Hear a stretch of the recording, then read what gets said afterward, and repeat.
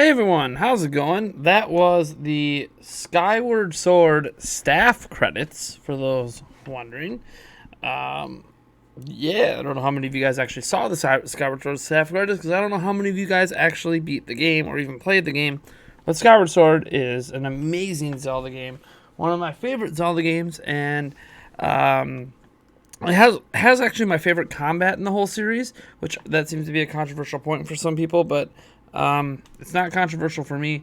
Yeah, I'm wearing my glasses today, no contacts. I will have my contacts and stuff in later for the Nindy Direct, or well, that's what some people are calling it. It's actually called an Indie World Showcase. That will be at noon today. I plan to do a little bit of a pre-show for it. I'm not exactly sure how much of one there's going to be. One of my kids gets off the bus at like 11:40, and my fiance's sick, so I might have to get him all settled in before I could start that stream. But whatever, I will be live reacting to it one way or another. And if you're wondering why the background's all black, I already have my green screen up and ready to go for that stream because my time's a little tight today. I'm glad to see you're here, Mitchell, because we will be unboxing the thing that you sent here in a moment. So glad to see the Mitchell Clyburn's here. Morrison22, nice to see you. Angie H. T. Fernbach, Juan Castillo, Ricky Chris. Good morning, everyone. Today is Indie World, guys. Woo! Tomorrow is a PlayStation 5 event. In case you didn't know. That was announced this morning.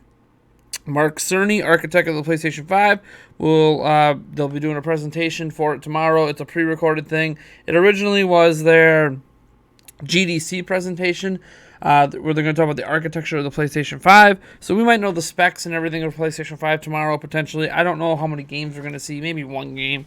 But it's more so of a game developer presentation, just to kind of put it all into perspective here. We got a $2 super chat already from Kyle Hikes saying, all right, on vacation, finally get to see your stream. Nice. Well, I'm glad you get to tune into the stream, Kyle. Hopefully you enjoy. So the first thing we're going to do is open this bad boy.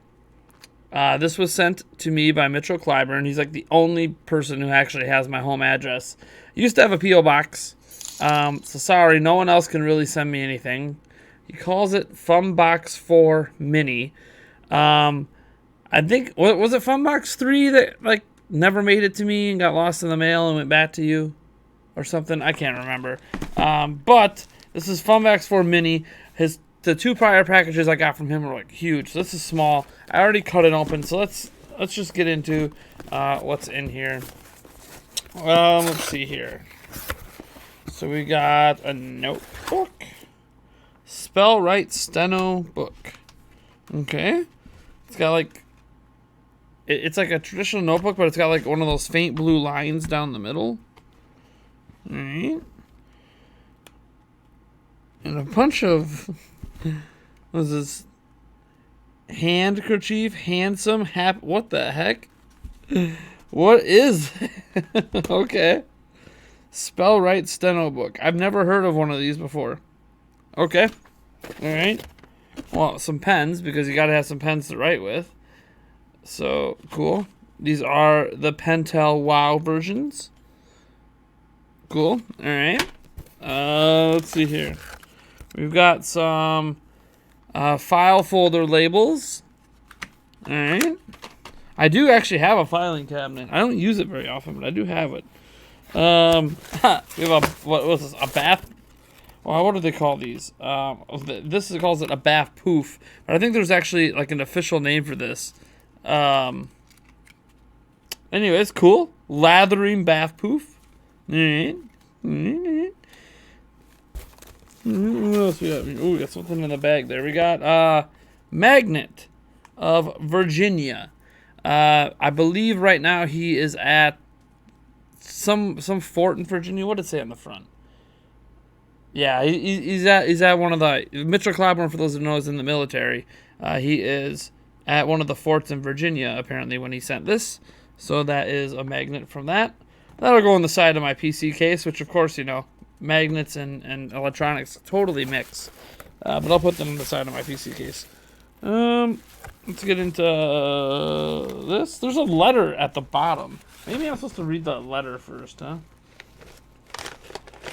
Maybe I should take out the paper first. Maybe things will make more sense. Loofah. Read the letter first. It's important. Okay. All right. I opened the box upside down. I didn't want to show you guys the address, so that's why I opened it that way. But let me read this letter, because it says read letter first. I don't know if you guys can see that. Important because of how bright the light is. But all right, let's read the letter. Maybe this stuff will start making sense once I read the letter. Dear Mr. Nate, are you enjoying Funbox number 4? Good. This is a mini Funbox. Do you enjoy its fun size? It has many fun uses. What do you think you may find inside? You may have forgotten all about Funbox 2. We haven't yet. It will come, hopefully. Okay, it's Funbox 2 that got lost. I didn't forget about Funbox 2. I assumed that you guys were just done sending me stuff. Just to be completely honest. Because I don't have a P.O. Box anymore.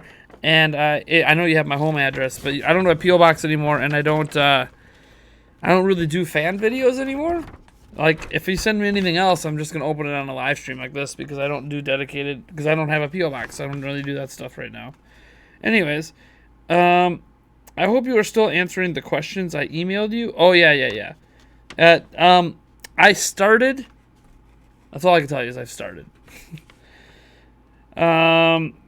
No rush, take your time. If you find something deep inside the fun box you do not want, we cannot accept returns. Okay. If I find something deep inside, you don't accept returns. Are you your favorite YouTuber? No, I am not my favorite YouTuber. I don't actually think I'm that good of a YouTuber. If I'm being completely honest, I don't think I'm that great. So not even close to my favorite YouTuber. What's your least favorite number?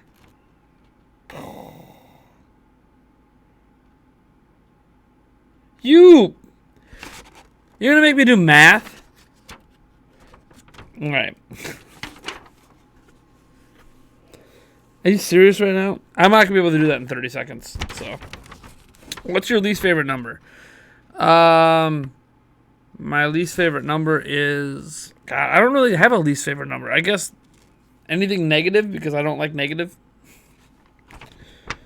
Please simplify graph and find the root for square root of 8753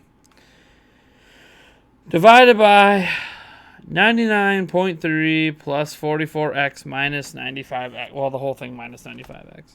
So you have to simplify graph and find the roots. I had 30 seconds. It's not going to happen in 30 seconds. So, sorry. Are you trying to test my math brain because I have a genius level IQ or whatever? It's been a long time since I've done math like that. That would take me probably like 30 minutes, not 30 seconds.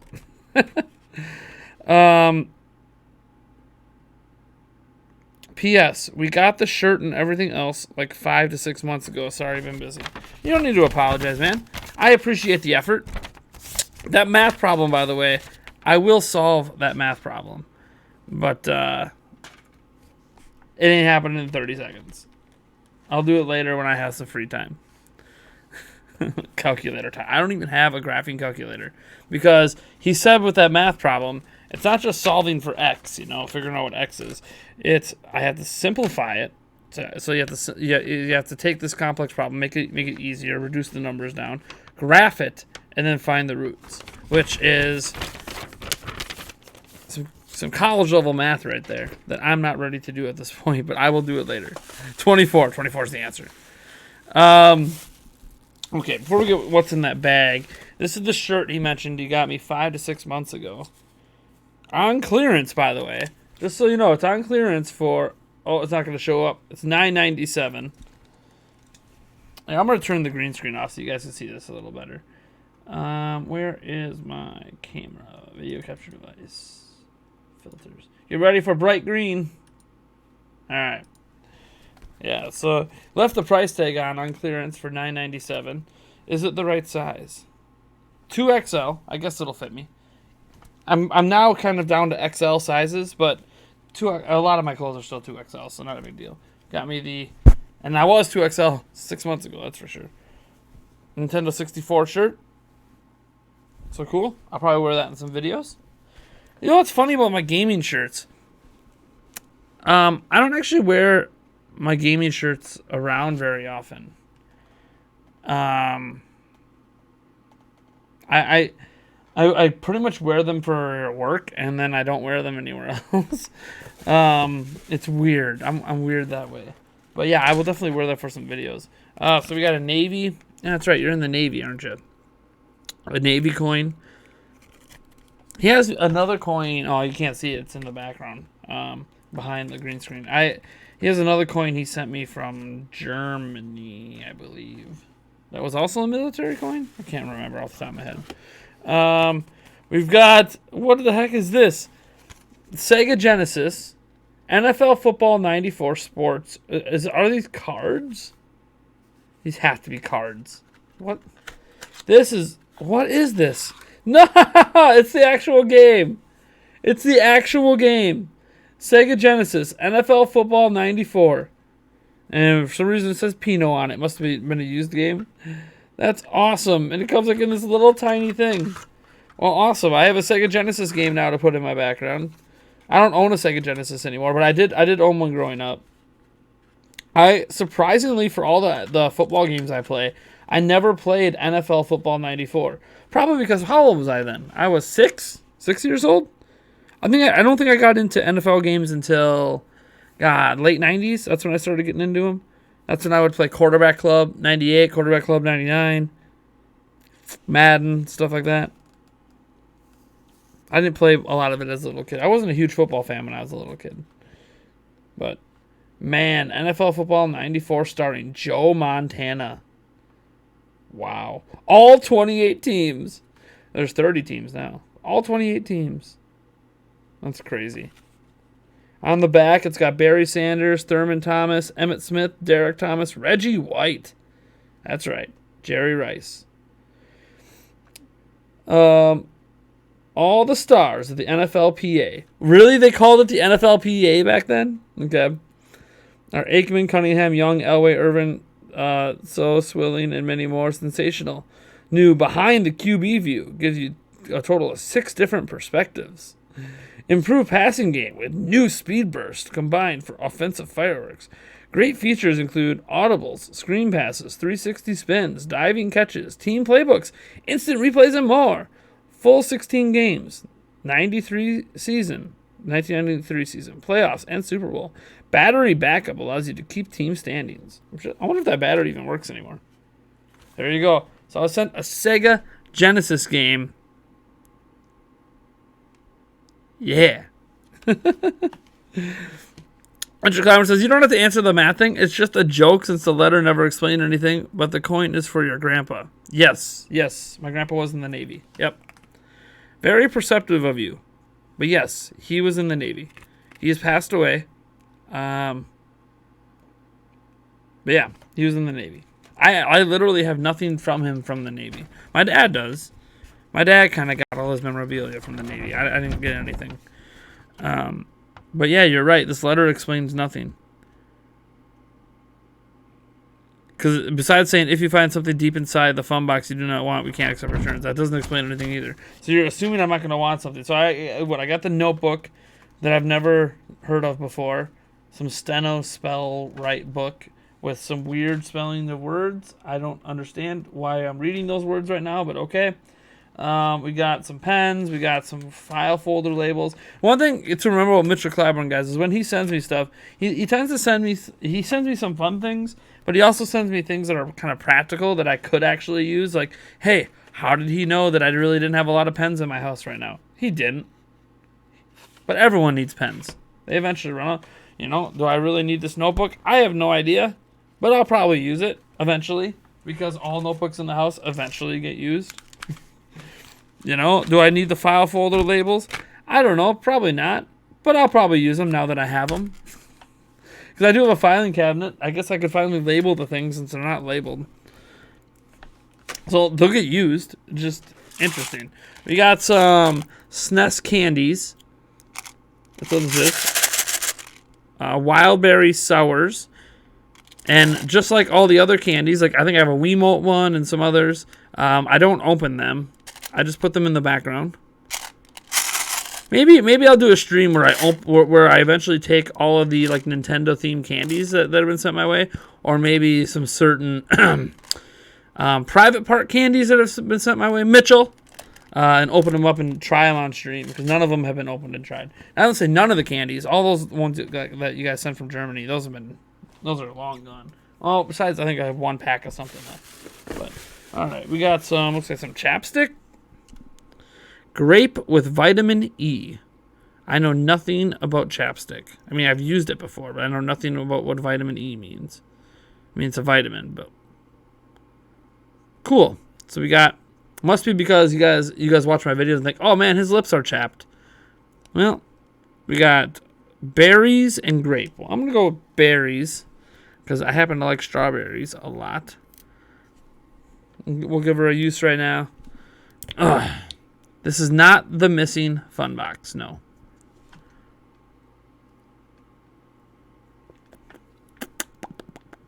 Alright. Look at that. Now my lips can be less chapped for when I do things. Ketchup chips. Those are still in the background from you, Corey. Alright. Now in this bag, which is an exchange bag from shopmyexchange.com, we have a snow globe, Washington, D.C. I just noticed that it's kind of like warped in there a little bit, like it's bent. I don't know if that means anything. It was $4.95 because the price tag's still on the bottom. You know, you guys are really bad, Mitchell, and your wife about taking the price tags on things. It's okay. Okay, cool. So I have a Washington, D.C. snow globe. Is there a meaning behind this?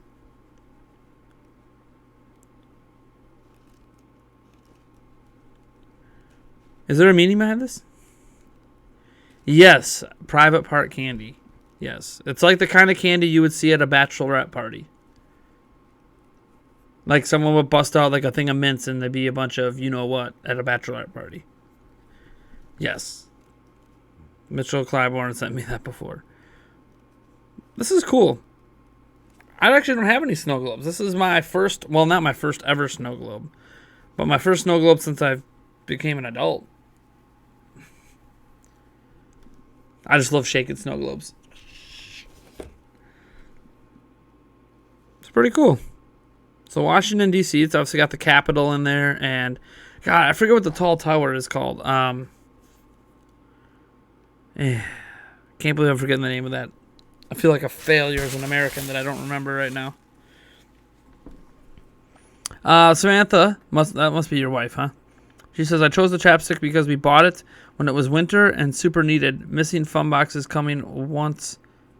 Can go pick it back up. Oh, you guys were stationed really close to D.C. That's what it was. Okay. At the time when you got this. Okay. Cool. So that would make sense then. That's really cool, though. God, why can't I remember the name? God, what's the name of that really tall spire, guys? That's out by the Capitol. I always forget the name of that thing. All right. Washington Monument. There you go. See, such a simple name. I'll put some of the stuff back in the box so I don't lose it. Ugh. Well, thanks, guys. I really appreciate it. That's some...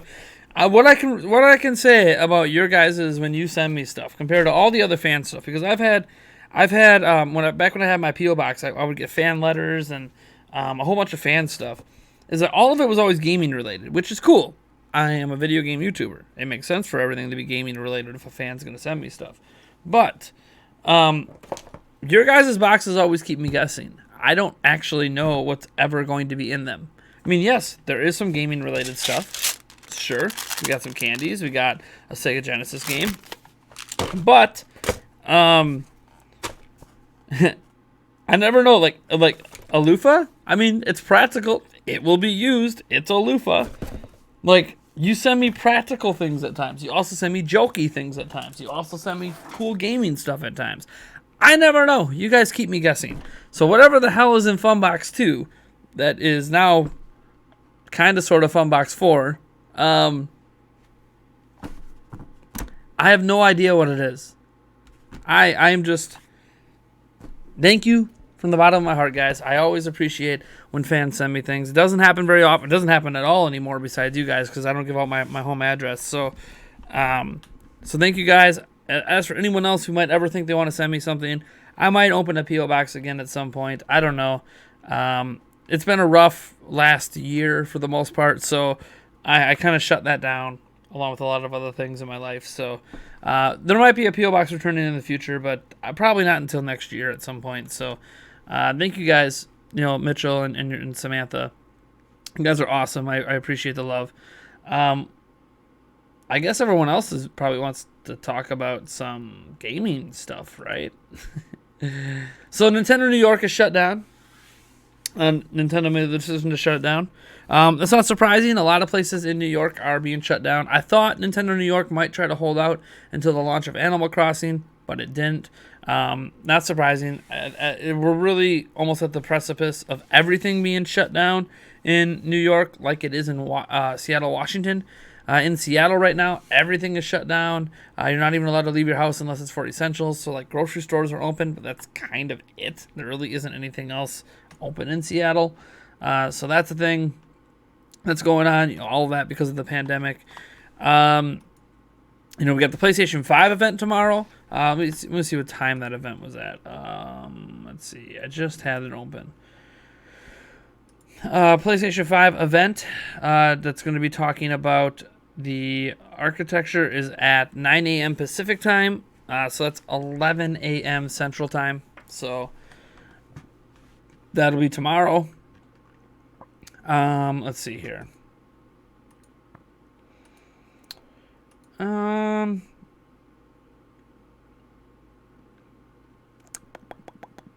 eShop's down, as Jamie said. I knew the eShop was down. I knew the eShop was down. It's under maintenance. Everything's under maintenance right now, which could suggest dropping of some of those indie games in the Indie World Direct today. That's if I had to guess why it's down. Samantha Luis, I hope I said that right. It says, "Did you like the mini box? Mitchell's been making them for all of his games. Box 5 might at first. I'm 28 weeks pregnant."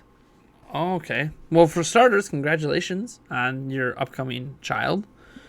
28 weeks, so you're what, 12 weeks away? Assuming it doesn't come early. Or she doesn't come early. You didn't want to travel with the moms to pick up the box. So you might be sending a Fun Box 5 that'll come before Fun Box 2 because you don't want to travel. Okay, I understand.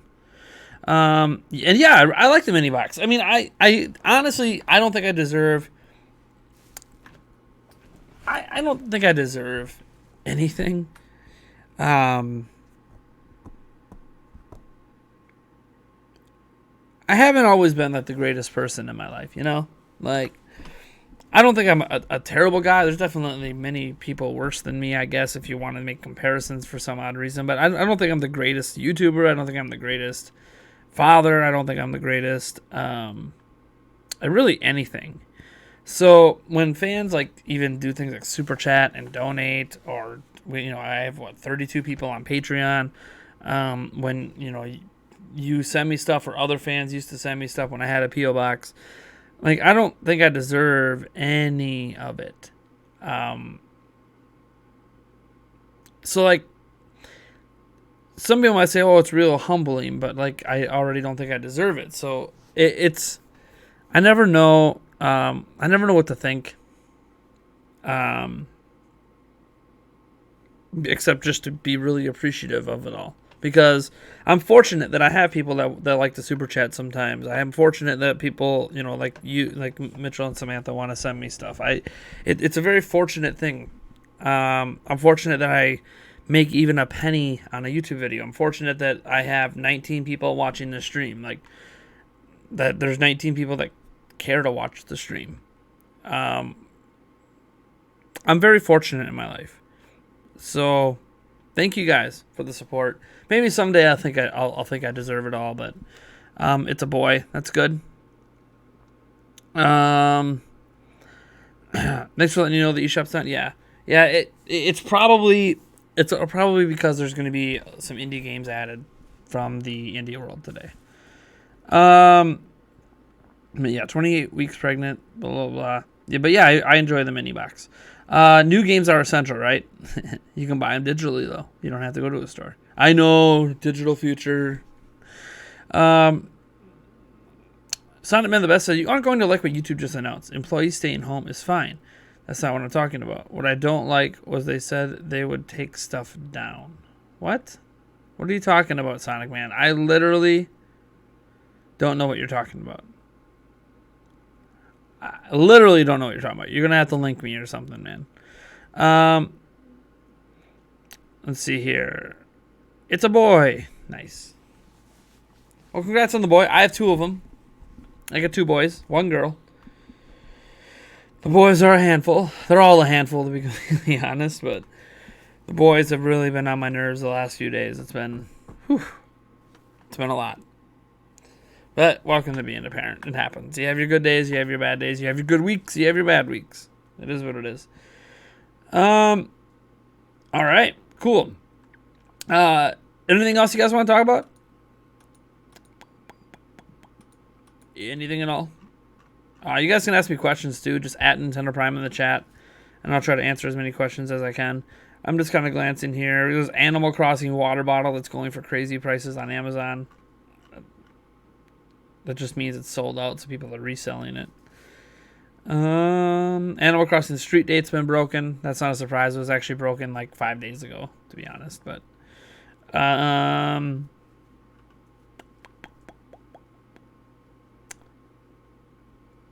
the Trials of Mana demo is releasing today on the Japanese eShop, but there is an English language option. So you can go download the Trials of Mana demo and play it in English if you make a Japanese account on your Switch. So that's pretty cool. Trials of Mana demo. Sweet. I might download that, to be honest. There's a custom Tom Nook emoji that's now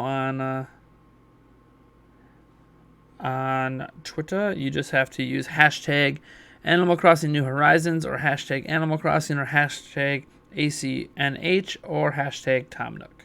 Any of those will bring up the Tom Nook emoji on Twitter. Cool. EB Games has canceled its midnight launch of Animal Crossing New Horizons because the government is telling them they can't do it. It's just people trying to do that social isolation stuff. The 8th Arc hits us with a $5 super chat. Sorry I didn't see that right away. Are my alerts not making sounds? I feel like the alert box isn't making any sounds for some reason. I don't know what's up. My Streamlabs has just been all funky.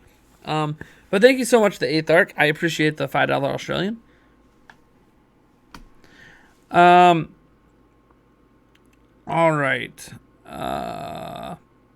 Go to the main page on YouTube. You mean youtube.com? I don't see anything on youtube.com.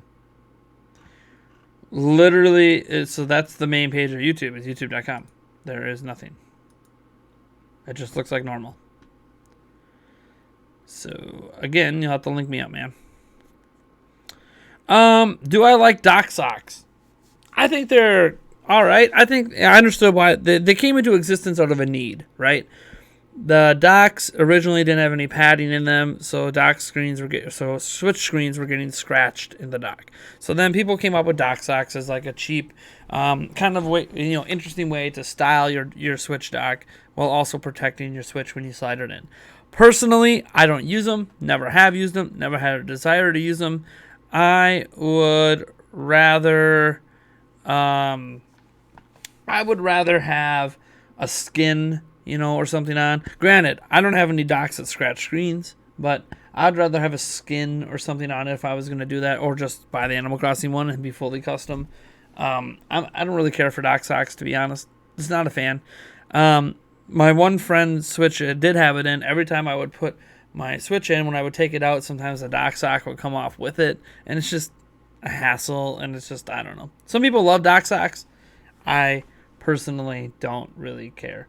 Plus, I have a wall-mounted switch, and a dock sock won't fit with the wall mount.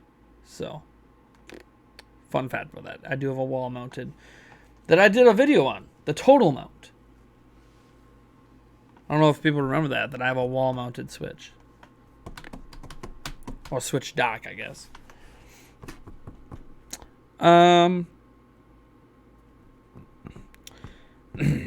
It just made a sound. It was just... I didn't hear any sound. I didn't hear anything at all. There was nothing. Sure you don't have a virus? Because there's nothing there. Ole, ole, ole, ole.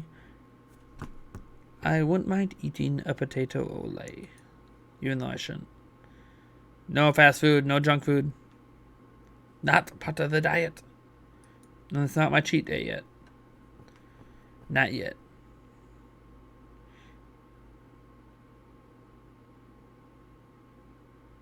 Oh, hey. In unrelated news, Tom Brady is officially no longer going to be a Patriot.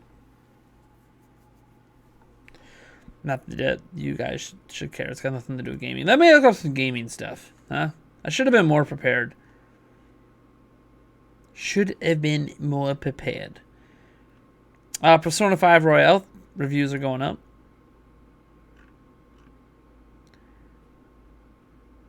For those who care.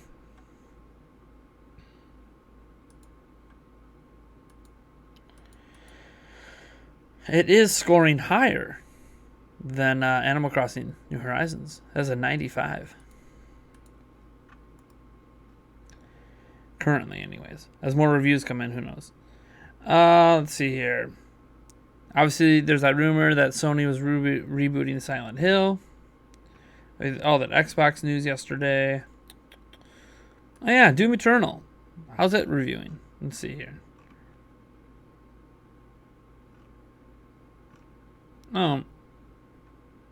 Maybe Doom Eternal reviews haven't lifted yet. Okay, so later today we'll have the Doom Eternal reviews in, so that'll be cool. Let's see here. How many of you guys played that Final Fantasy VII Remake demo? I'm actually just curious how many of you guys checked that out. Sonman said he found it. He's putting it on Discord. We got some outside links. Nope, not yet.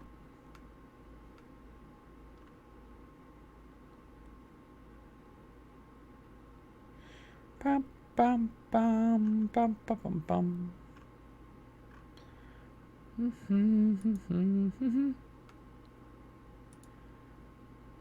Do, do, do, do, do, do.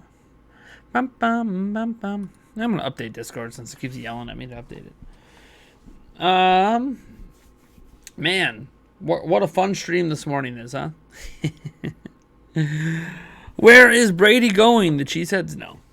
No, we have Rodgers locked up for like another 2 or 3 years at an insane amount of money.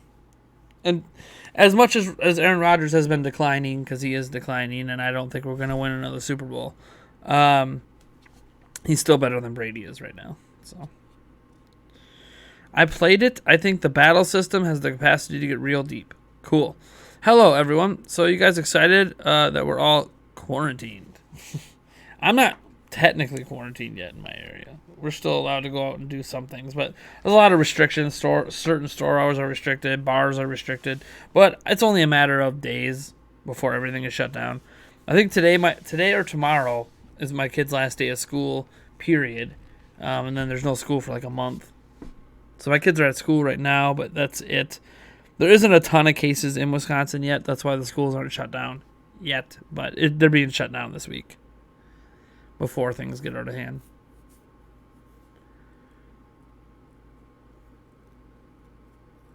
I played it and loved it. Nice.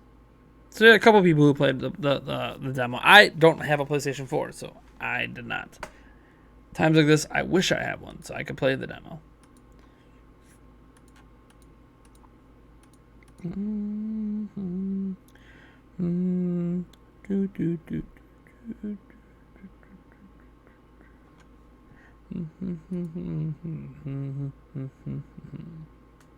Oh, by the way, for every super chat or whatever, you guys can request song music. So even like the 8th Arc who did it earlier, or Kyle Hikes, if you guys want me to play a song or something, just let me know. I'll toss it up. And yes, the green screen is up and ready to go for the indie world later. And no, I have no idea what that's supposed to say over there. My kids did that. So it looks like a D.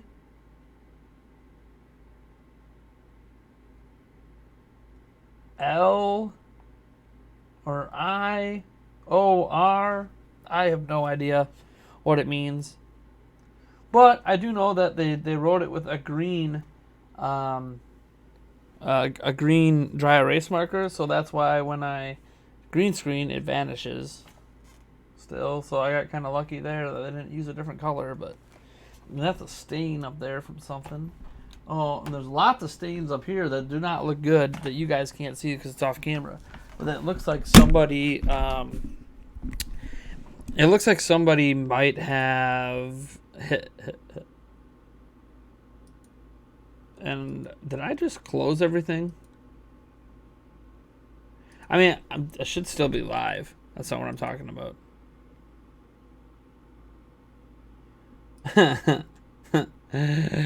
My mic fell, and I'm pretty sure it just closed all my stuff. That's awesome. So I'm live, but I can't read chat. I can't end the stream. Oh, good times. Good times. I guess I'll just have to go straight to the live stream itself. I don't know how I'm supposed to end the stream now, because the back end to the stream is closed. So that's fun. Yeah, I know about the PlayStation 5 thing. I mentioned it earlier. What are my want/predictions for the Indies Direct? I will save that for the pre-show, because I do plan to do at least a 15-minute run-up. Hope you get a price for PlayStation 5. I hope so as well. Man. Is that more stable if I put the mic like that? It doesn't fall over? I don't know. That sucks. That I closed the back end, so I don't know how I'm supposed to end the stream. Cool. But yeah, up here, there's stains on the green screen that kind of look like, to be honest, like somebody banged on top of my green screen. But that's not what it is. It's probably milk. I don't even know. So this is the thing with kids. They ruin everything. Over here, I know what this is. This is egg. That's egg that I tried washing out and failed.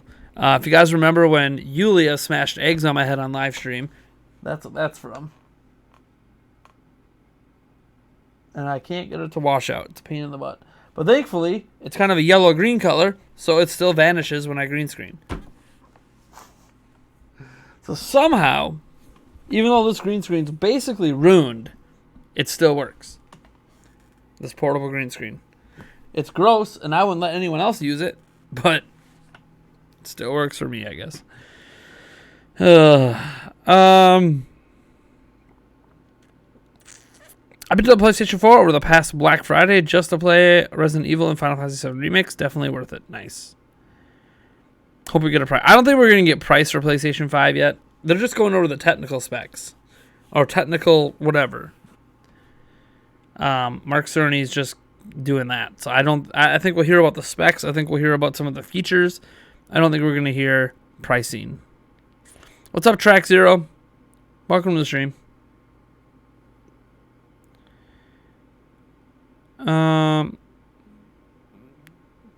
Can you get the same color green paint to fix it? You could. I suppose I could probably spray paint it. There is a blue screen on the other side though, so then you got to worry about paint bleed through.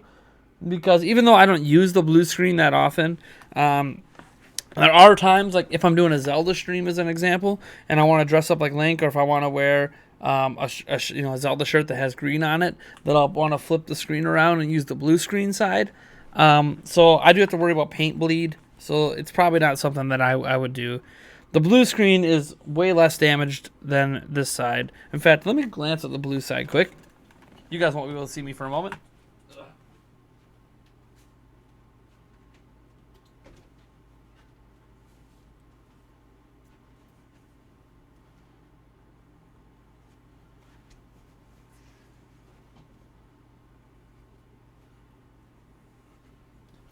Yeah, the blue side looks like brand spanking new.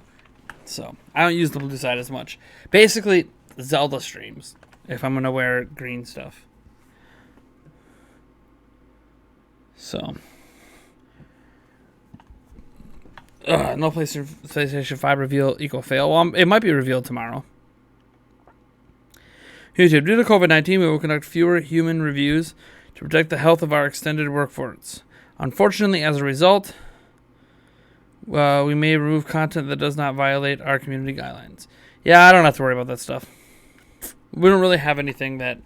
I don't do anything that violates the guidelines and gets removed. Or is even questionable. Chair stream. Corey hits us with a 2... Oh, there we go. Now the sound's coming through. I wonder why it wasn't coming through before. I'm going to move that over here. So Corey hits us with the $2 Canadian. The $2 Canadian super chat says, Brady leaving the Patriots. Where to? Also, play it. I had it open earlier. And now it's not because when my mic fell, it closed it. I guess that's one benefit if I got one of those, I forget what they're called, those arms for my mic that I could attach to my desk. I have one. Oh, the ones I have are all broken because they're cheap pieces of junk. Anyways, this is what he wants. So, hold on. I gotta turn the volume down here.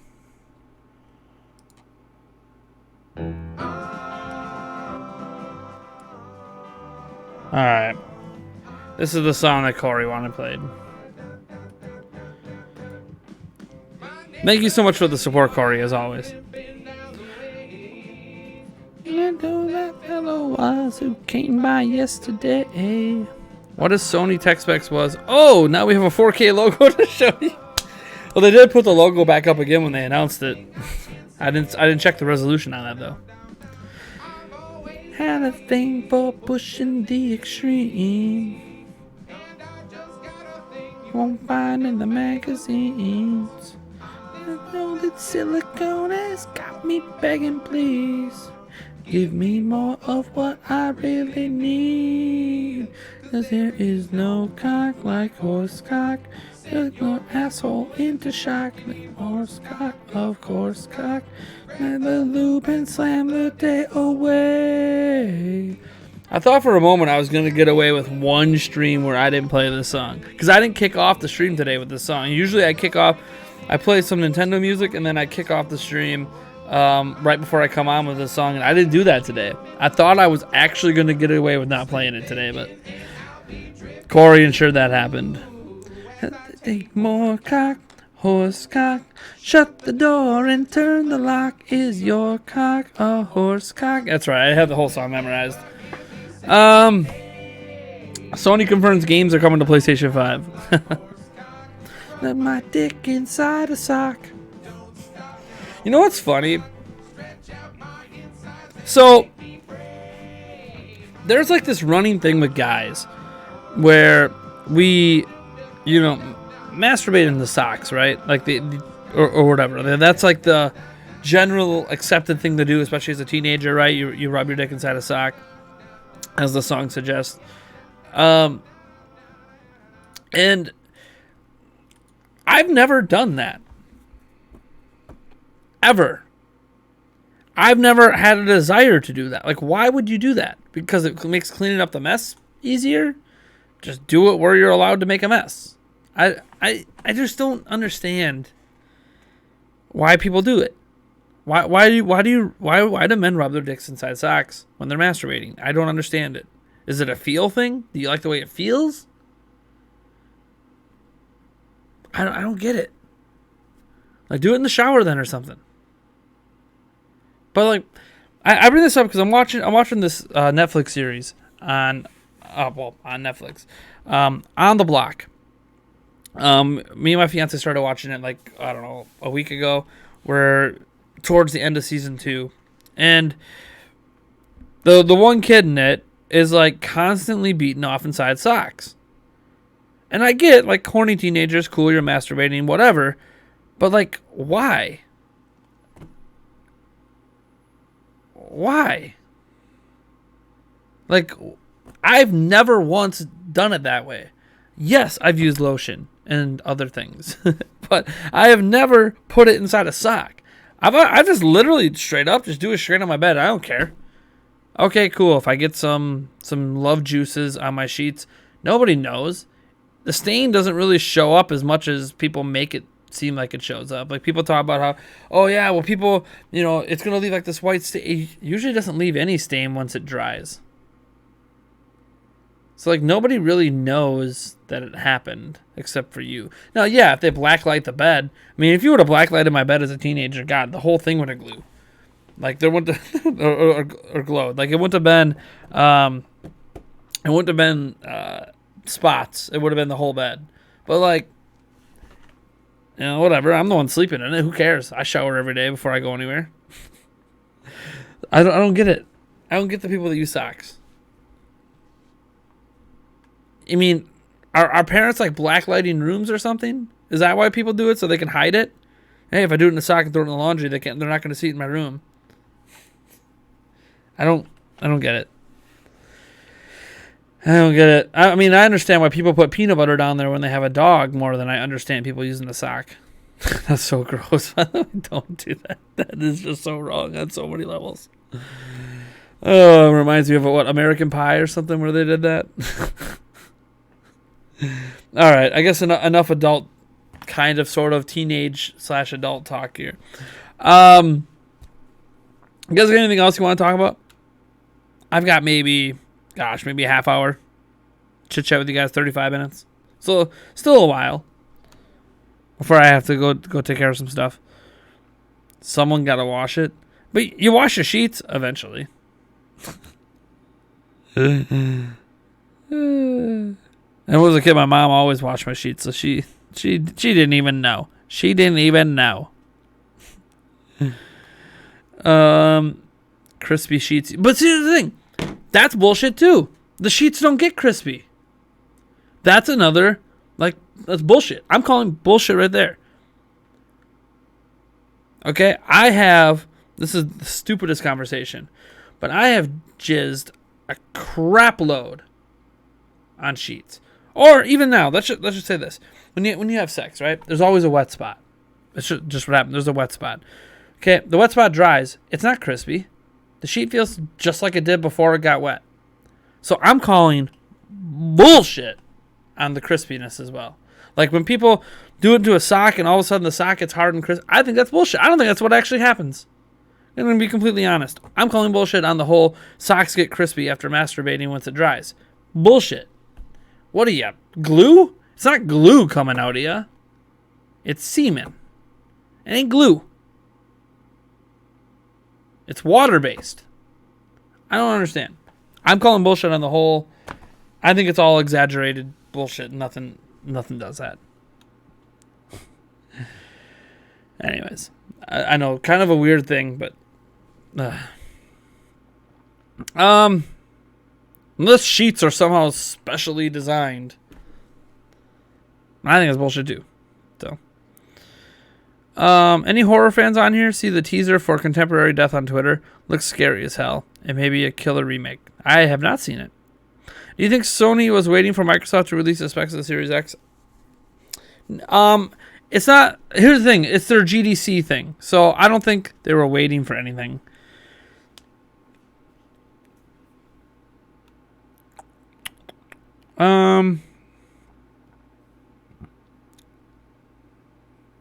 She knew. My mom knew when she watched the sheets, maybe.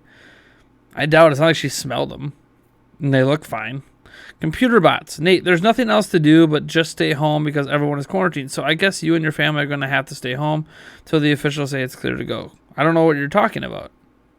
My kids are at school right now. But, I mean, I think today or tomorrow is the last day of school. And then there's no school for a while.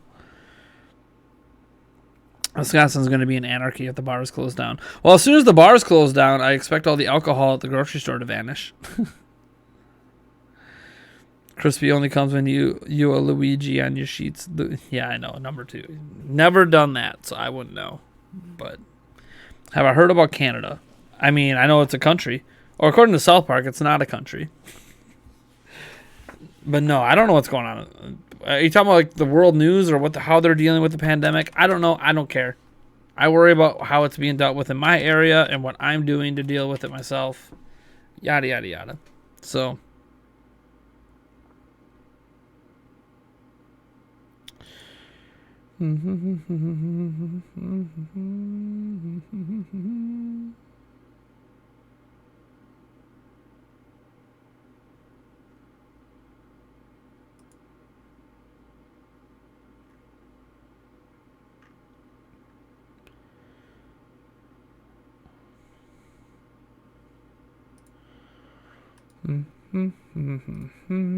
Dude. Whoa, hey, CNN, shut up. I hate when like news places randomly just play videos when I didn't tell them to. Yeah, in Canada, people with the corona are attacking others. What? What? Is a new HD 2D Metroid game real and coming this year? That's all I need to know. I don't know. Oh! Hey, thank you, Brian Robinson, for subscribing. We have some news. I actually retweeted it out from Emily Rogers. So, according to Emily Rogers, who has been literally right on everything this generation with Switch, she gives her expectations for Switch software this year on Twitter. And she said, maybe I can show you guys. She says, my overall expectations for Switch software this year. Good year to be a plumber. So, hint, hint, new Mario game coming. Solid year to be an RPG fan. Games we already know about. Insane year to replay old games. So, HD remasters, deluxe ports, and remakes. So, there's going to be more ports, but there's also going to be some HD remasters talked about. And I'm really curious what the HD remasters or remakes are that Nintendo's going to announce. Decent year for more casual games. Animal Crossing she considers casual. So, what it does tell you is no Zelda this year. At least no Breath of the Wild 2. But we could get, the Wind Waker HD, Twilight Princess HD brought over. Maybe another remaster of a Zelda game. Maybe another whatever. There could be a billion things. HD remasters could be anything from GameCube era, Wii era, etc. So, we'll see what happens. So that's kind of the latest from Emily Rogers right now. What happened to my green screen? Well, which happening are we talking about, Brendan Strike? I already talked about all of it. This is egg from the stream when Yulia was smashing eggs on my head. That's egg. This is my kids writing stuff. Or kind of writing stuff. This is just a stain. I can barely see it in person. It actually shows up on camera way more than it does in person. This one that's right up behind the blue stuff. I don't know if that's mustard. I don't know what it is. This whole green screen is completely stained. Yet it keeps working. So, the blue side is spotless. But, they're closing the borders to only Canadian citizens and for now U.S. citizens. But in the article I read, yeah. I already knew about that. That was yesterday's news. Let's see here. But to be honest, I don't understand how anyone is not going insane that they're not, that they can't go outside with nobody out there. But I got to say, I think you guys are handling this well. Well, I mean, here's the thing. We go outside in our yard. I let my kids play outside in the yard. You're just supposed to stay home and not be around other people. We have a decent sized yard and we're not around people. So it's not healthy just to like literally sit in your house. You got to get outside and get some air. The idea is to not be around people. You need to not be around people or be coughing or whatever and be in areas where other people are going to be. In my own privacy, in my own home, in my own yard, no one else is here but me and my kids. So that's what we do. So we still go outside. We just can't really go anywhere. I mean, I still go places. I don't think going for a drive in your car, as long as the windows are rolled up, I don't think is a big deal either. I don't think that's going to cause anyone to get sick. So it's how you can't get out, really. You just aren't supposed to get out of your car and be around people. The egg looks like something else. Oh, yeah. And the thing is, in person, this is definitely like yellow and looks like egg. But on camera, it comes out white. It's funny the way things look on camera versus the way they look in real life. Just like this stain up here stands out way more on camera than it does in real life. It's kind of interesting.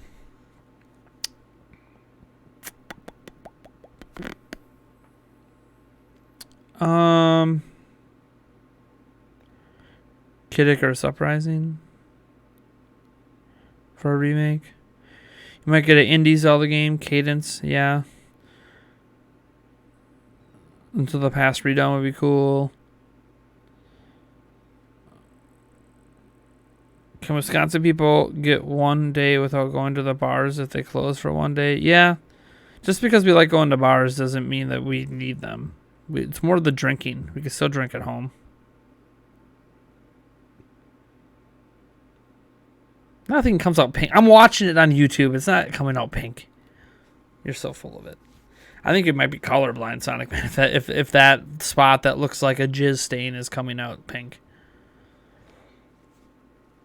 I'm literally staring at the YouTube stream, which is a little bit different colored than the Streamlabs one. Well, actually, I wonder if that's a difference in the monitors. Hold on. Let me just double check. No, it's definitely different on YouTube. YouTube's coloration's a little off. That's all right.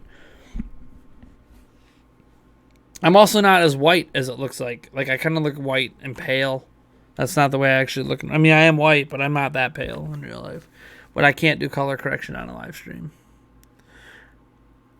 I wonder if I should set up my 4K Brio webcam again and try streaming with that instead of using this camera. As awesome as this camera is.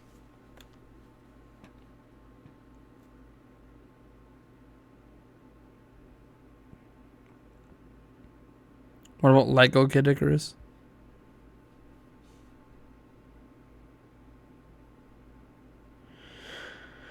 Well, Alex Boyer. Hold on, before I say anything, I gotta look that up. The exact definition of something.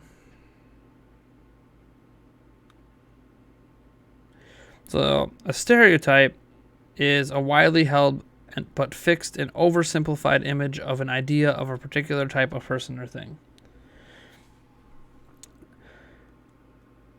I don't know that I wouldn't call drinking and bars in Wisconsin a stereotype, I guess. Because I don't think it's oversimplified. We like to drink a lot in Wisconsin. We have more bars, per block, per square mile than anywhere else in the world. I don't really think it's a stereotype. It's the truth. We love drinking. But we don't need bars to drink. That's kind of the big thing. Like, that maybe gets lost in the stereotype is, oh, what do we do without bars? We'll just drink at home. I'm literally sitting here as a video game live streamer, and I've got booze sitting on my desk. We like to drink in Wisconsin. It's not, not nothing.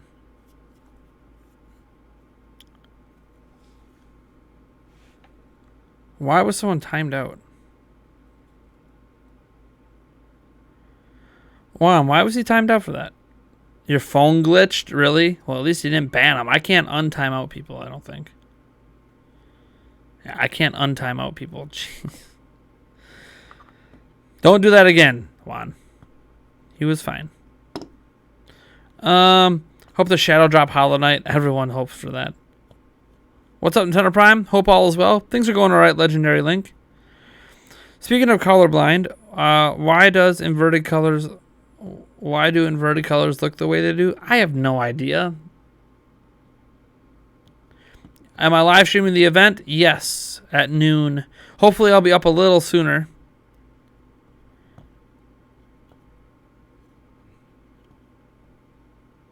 Yeah, I can't untimeout. It doesn't let me. I can remove bans, but I can't untimeout people. All right. Anything else, folks, that you guys want to talk about? We got 23 minutes.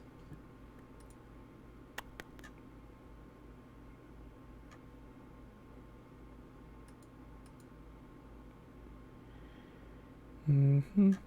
Mm-hmm. Mm-hmm. Mm-hmm.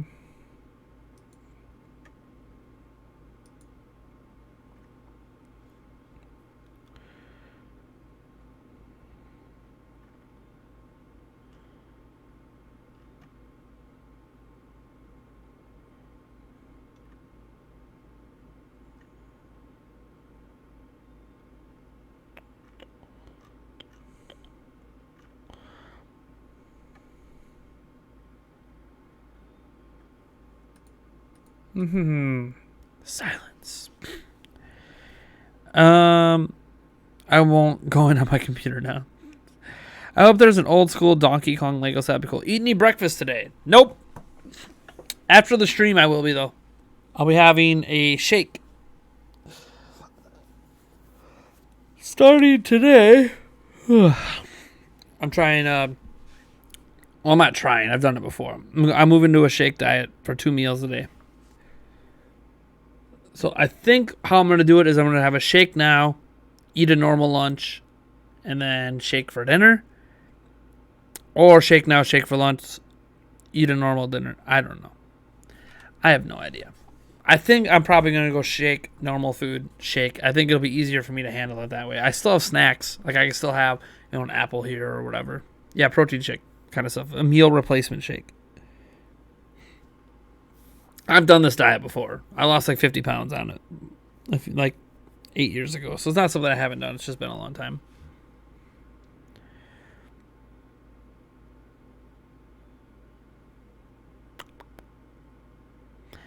Any prediction on the Indies Direct today? Talk about that later when I do a stream for the Indies Direct. It's not really a direct Indies showcase.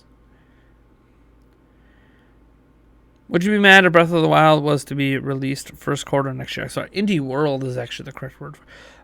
Would you be mad if Breath of the Wild was to be released first quarter next year? Why would I be mad about that? Breath of the Wild 2? I know what you meant, Direct Tech. Why would I be mad about that?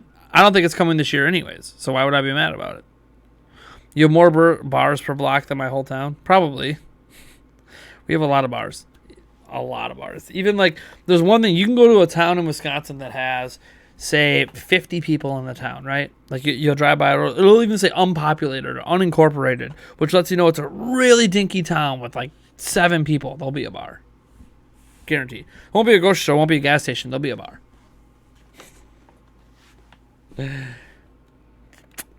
Let's see here.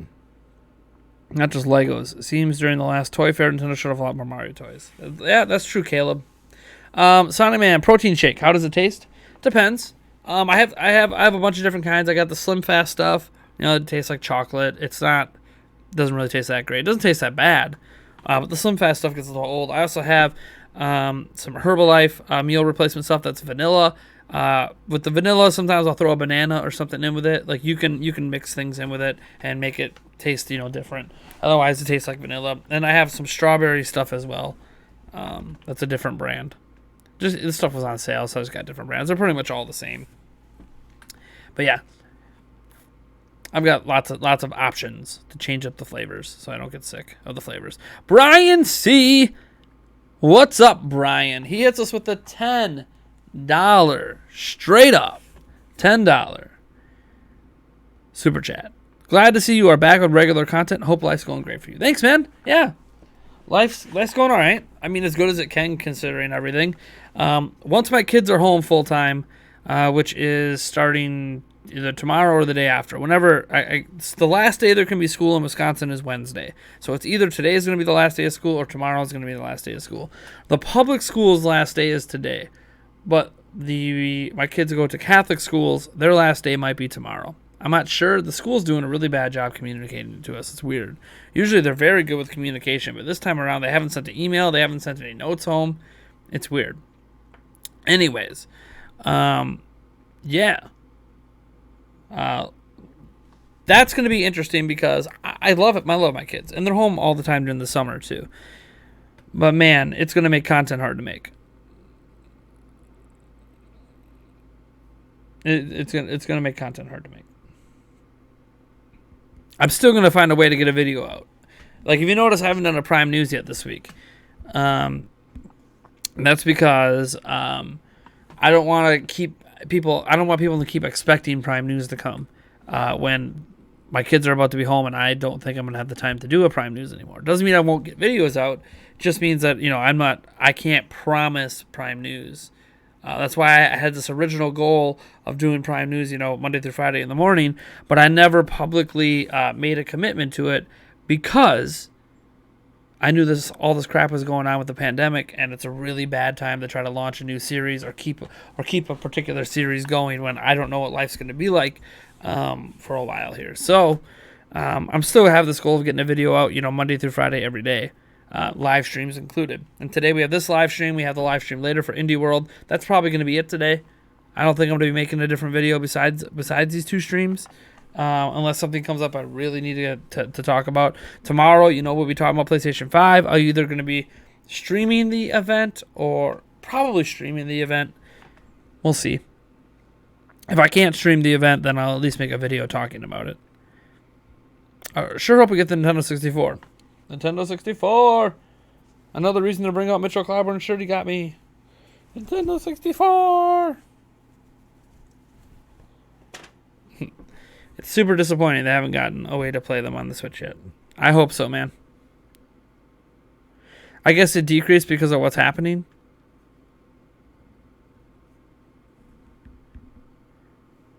Is $5 Canadian really only $1.40 right now?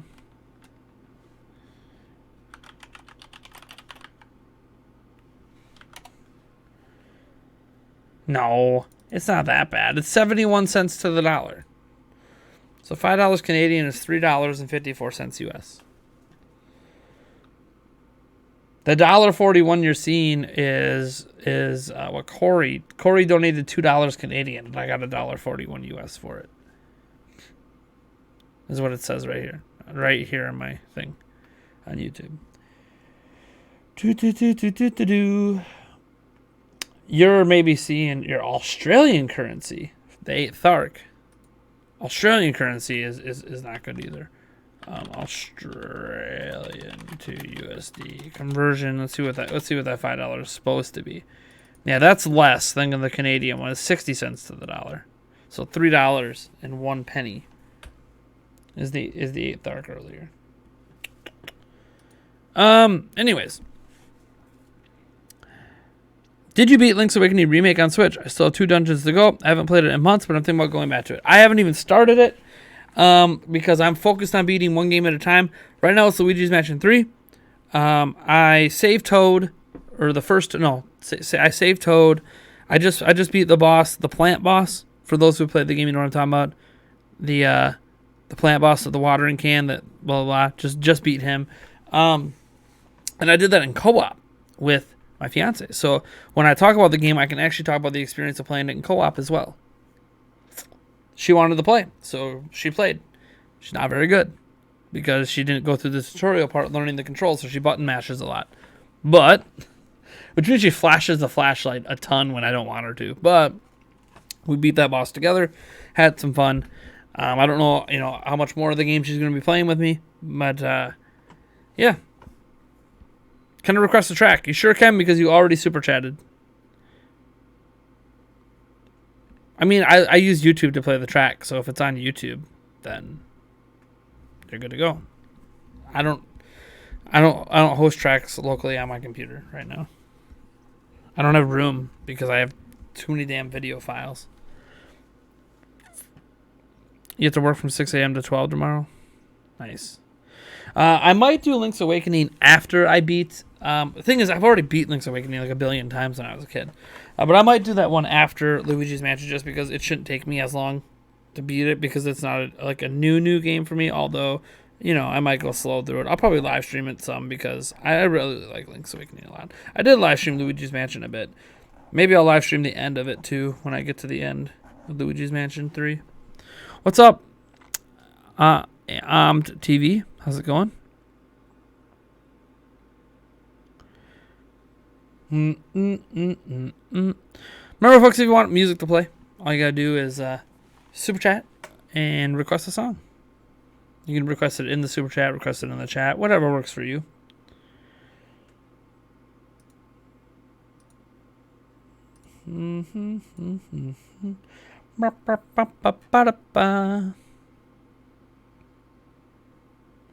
Oh, remember, folks, we do have the Animal Crossing New Horizons stream later. Animal Crossing. What am I talking about? Animal Crossing New Horizons. The Animal Crossing New Horizons giveaway, not stream, giveaway. Remember, once this stream is done, to come back to this video, drop a like, and leave a comment in the comment section. Also, make sure you're subscribed and that you hit that bell icon and set it to all notifications. That way, you can get your entry for this video. Make sure to do that on the Indie World stream later today as well that I do. And any video through tomorrow. Tomorrow is March 18th. So tomorrow will be the last day you'll be able to enter. Who knows? Maybe I'll be nice and get 2 or 3 videos out tomorrow just so people have extra entries before the winner gets announced on the 19th. So, going to be cool. Good luck. I already purchased the digital copies. In fact, my digital copy is already downloaded on my Switch. And heck, there's an update that came out for it today.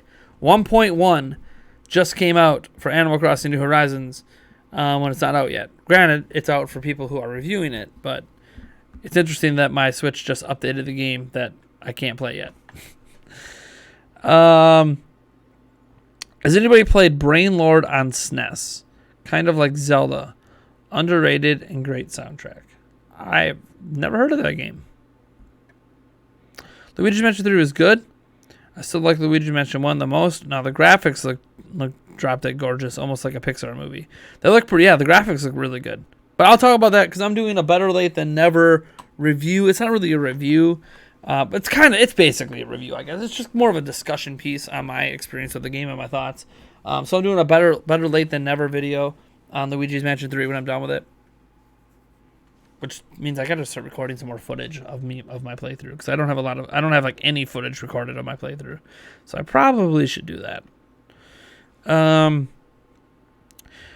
Currently playing Ni no Kuni on Switch. JRPGs are way out of my comfort zone, but I decided to branch out this year. Yeah, dude, I love JRPGs. They're a big time sink.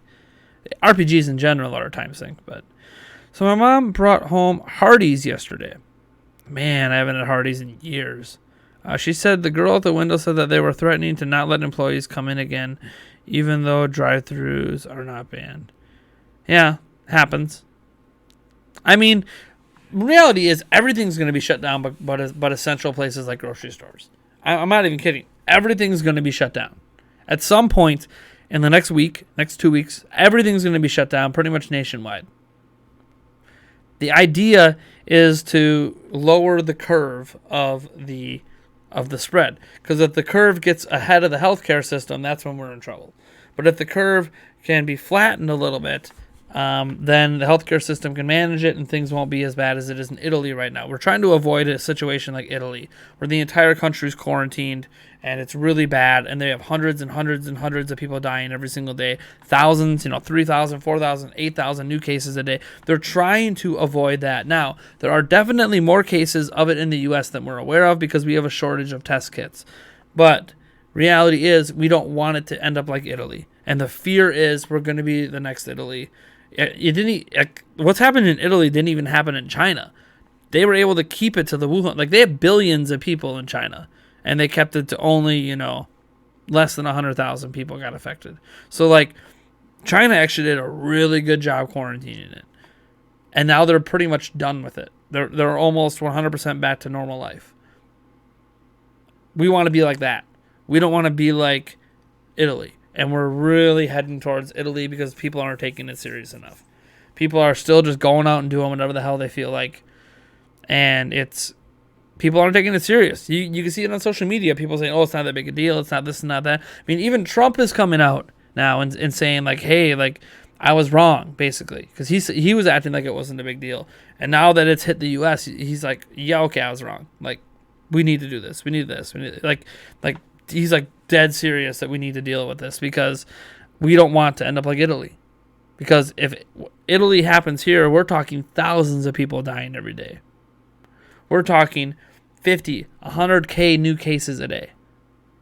It's going to be crazy. We don't want how Italy really botched it to happen here. So people do need to take it serious. Even though I'm in no threat of probably dying or anything or anything more serious than a week or two cold, it's still, other people are. My neighbors. I have really nice neighbors. I would hate for them to get it. Anyways, I think the patches are adding in content slowly. Like there will be a day one patch too, so people don't leak too much info or data mine. Yeah, who knows? I haven't seen much for data mining for this game, even though it's leaked. Like some retail copies are out there. I have not seen much for data mining. White Umbrella, Nate. I think that Nintendo would consider Switch a failure. What do you think? Merging their handheld and home console dev teams and make their console both handheld and home console. I'm pretty sure they would want sales to equal previous handheld and home console generations combined. Even though Switch has sold well, I don't think it will do that. I doubt Nintendo wanted a smaller user base. So, I have a great counter argument for this. I was wondering if anyone was ever going to bring up the fact that because Nintendo doesn't do handheld and home console anymore, that the Switch's unit sales clearly don't make up for it.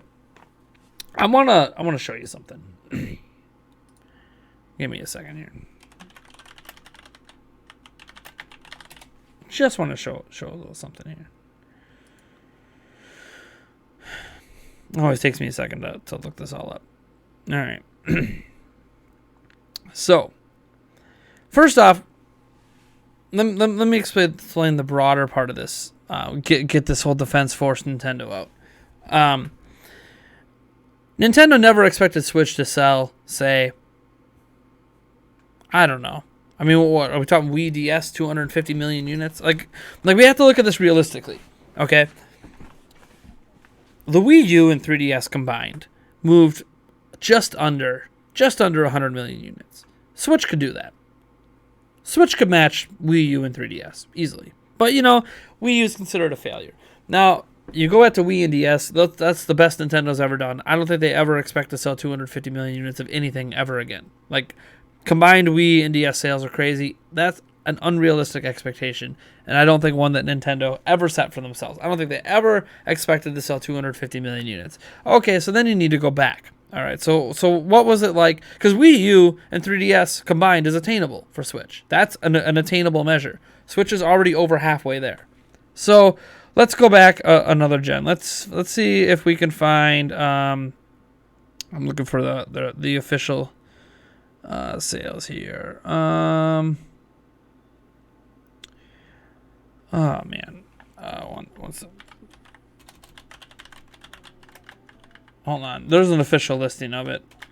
I always have a hard time bringing it up. No, it's video game. Oh, there we go. All right. So let me go back a generation, right? Before the unrealistic expectations that Wii and DS put on it. And let's go back to Game Boy Advance and GameCube, right? That was that was before DS. So Game Boy Advance sold 81.51 million units. Nintendo GameCube sold 21.74 million units. So you're looking at about 103 million units were sold. Is that attainable for Switch? Sure is. Okay, cool. Let's go back another generation. Game Boy, which the thing about Game Boy, and this is what makes Game Boy a hard comparison. Game Boy crossed several home console generations. So it crossed the NES, the SNES, and the Nintendo 64 all had Game Boy something. Game Boy Color. And Nintendo combined all Game Boy, original Game Boy Light, and Game Boy Color sales together for 118 million units. And that was spread over a decade. Like that was like 12 years of data. In that time span, they had the SNES that sold 81 million, which actually came out before the original Game Boy. They had the Super Nintendo. Actually, they had the Famicom and SNES at 61 million. So they actually have it lower than I saw. So 61 million, 62 million. They had the SNES at 50 million. They have the Nintendo 64 at 32 million. So right now, the Switch is outsold the SNES. The Switch has outsold the GameCube. The Switch has outsold the N64. The Switch has outsold the Wii U. So that's 4 home consoles. So that means any surplus sales into that can dip into the handheld space. What I'm kind of actually saying here is, believe it or not, Switch is actually on pace to do exactly that. Switch is on pace, hardware-wise, to actually sell just as much as Nintendo used to sell home console and handheld combined. They actually are right on pace. The only era they're off pace with is Wii and DS. But Wii and DS is unrealistic. Nintendo has never done that before. Before Wii and DS, they weren't doing those kind of numbers. Since Wii and DS, they aren't doing those kind of numbers. So the 250 million is completely unrealistic. Realistically, Switch is actually doing exactly what you claim it's not doing. It is successfully replacing home console and handheld sales and doing massive numbers. It is doing numbers that are on par with combined generations in the past. And it's doing it at a home console price. That is very impressive. Switch is actually killing it. And this is a fun one. Let me show you this. So this is where I was getting the sales data from, in case you were curious. So you want to back up my numbers. This is where the sales data is all from. So you see, 3DS and Wii U combined is what? 98 million? 88 million? Not even 90? Yeah, Switch is going to probably outdo that. Switch is at 52.48. So Switch is already doing that. But look at this. Look at the software sales. So, Mario Kart 8 Deluxe, 23 million, right? Well, the Wii U version of Mario Kart 8 sold 8.44. So, because it combined sales, it already sold, 8.44. Let's look at the 3DS sales of Mario Kart 7, 18.68. So, on one system, combining Mario Kart sales, they almost sold as much as Mario Kart 8 and Mario Kart 7 combined on one system in Switch. They've almost done that. This continues. Super Smash Bros. Ultimate has sold 17.68 million units. Well, on Wii U, Super Smash Bros. Sold 5.37. On 3DS, Super Smash Bros. Sold, 9.57. So combined software sales-wise, combining 3DS and Wii U together, Switch alone as a singular system already outsold the combined sales of that type of software piece. It continues. Say Breath of the Wild, 16.34. What's the best-selling Zelda game on here? Let's see here. The Wind Waker HD at 2.31. That's nothing. But let's just say they would have had a unique. Let's go Wii, right? Remember, we had 100 million units on the shelf. They don't even have Zelda in the top 10, man. Skyward Sword sold 4 or 5 million. 3DS, the best-selling Zelda game, doesn't make the top 10 either. And here on Switch, it sold 16.34 million, which is the most Zelda games ever sold, period. And that's not even counting the Wii U sales. Pokemon Sword and Shield, bit of a misnomer, 16 million. Just look at 3DS. That's right on par with Pokemon XY, Pokemon Sun and Moon. But that's right now. It's going to pass those numbers. Mario Odyssey, 16.59. Well, look at the Mario game on here, 5.83. Mario game on here, 13.632. It's almost past that combined. It just goes on and on. I mean, Splatoon 2, 9.81. What the original Splatoon sell, almost double, 4.9. The sales are. What I'm trying to point out is you're factually wrong in the hardware sense. Hardware-wise, absolutely, Switch is actually doing just as well as handheld and home console combined, traditionally for Nintendo, say for one generation, which is never going to happen again. 2, their software is also selling significantly more, sometimes more, than it sold individually on each platform combined, and they're selling at $60 a pop. So even this Pokemon number, which looks the same, or very similar to the best-selling Pokemon games on 3DS, guess what? This is at $60 a pop, so it's even more profitable. So absolutely, Nintendo considers Switch a massive success, not a failure. The way you're looking at it is just wrong factually. You're wrong. The Switch is actually on pace to sell what home console and handheld sells together. And the software is just killing it. So, let me close this here.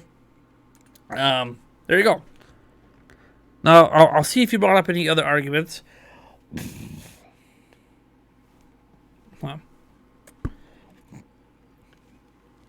Yeah, it was gross. I had some phlegm.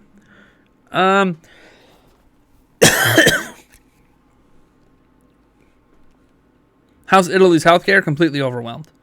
Completely overwhelmed.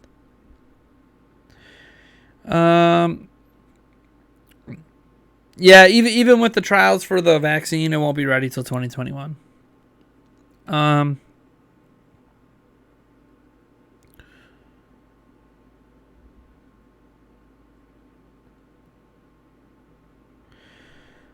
The Wii U in terms of sales is a failure, but it's a failure that had happened because of out of ashes came the Switch. But see, that's the thing. It's not just the Wii U and 3DS sales, because obviously Wii U was a failure. I went through all the other generations besides, even Wii and DS. But not counting the Wii and DS era, combined home console and handheld sales are very much attainable for Switch. And Switch is already on pace to surpass some of those. Like, literally, Switch did exactly what Nintendo wanted it to do. Nintendo IR meeting will be delayed. I don't know. Nintendo could just do the meeting over video conference. They don't have to delay anything.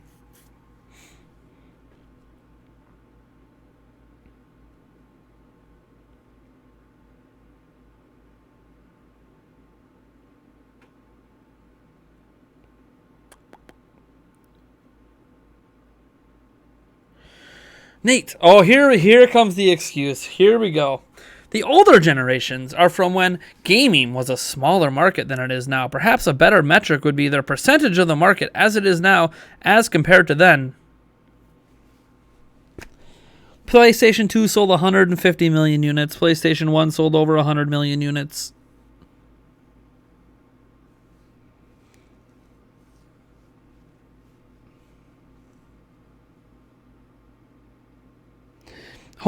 The console gaming is not really any bigger today than it's ever been.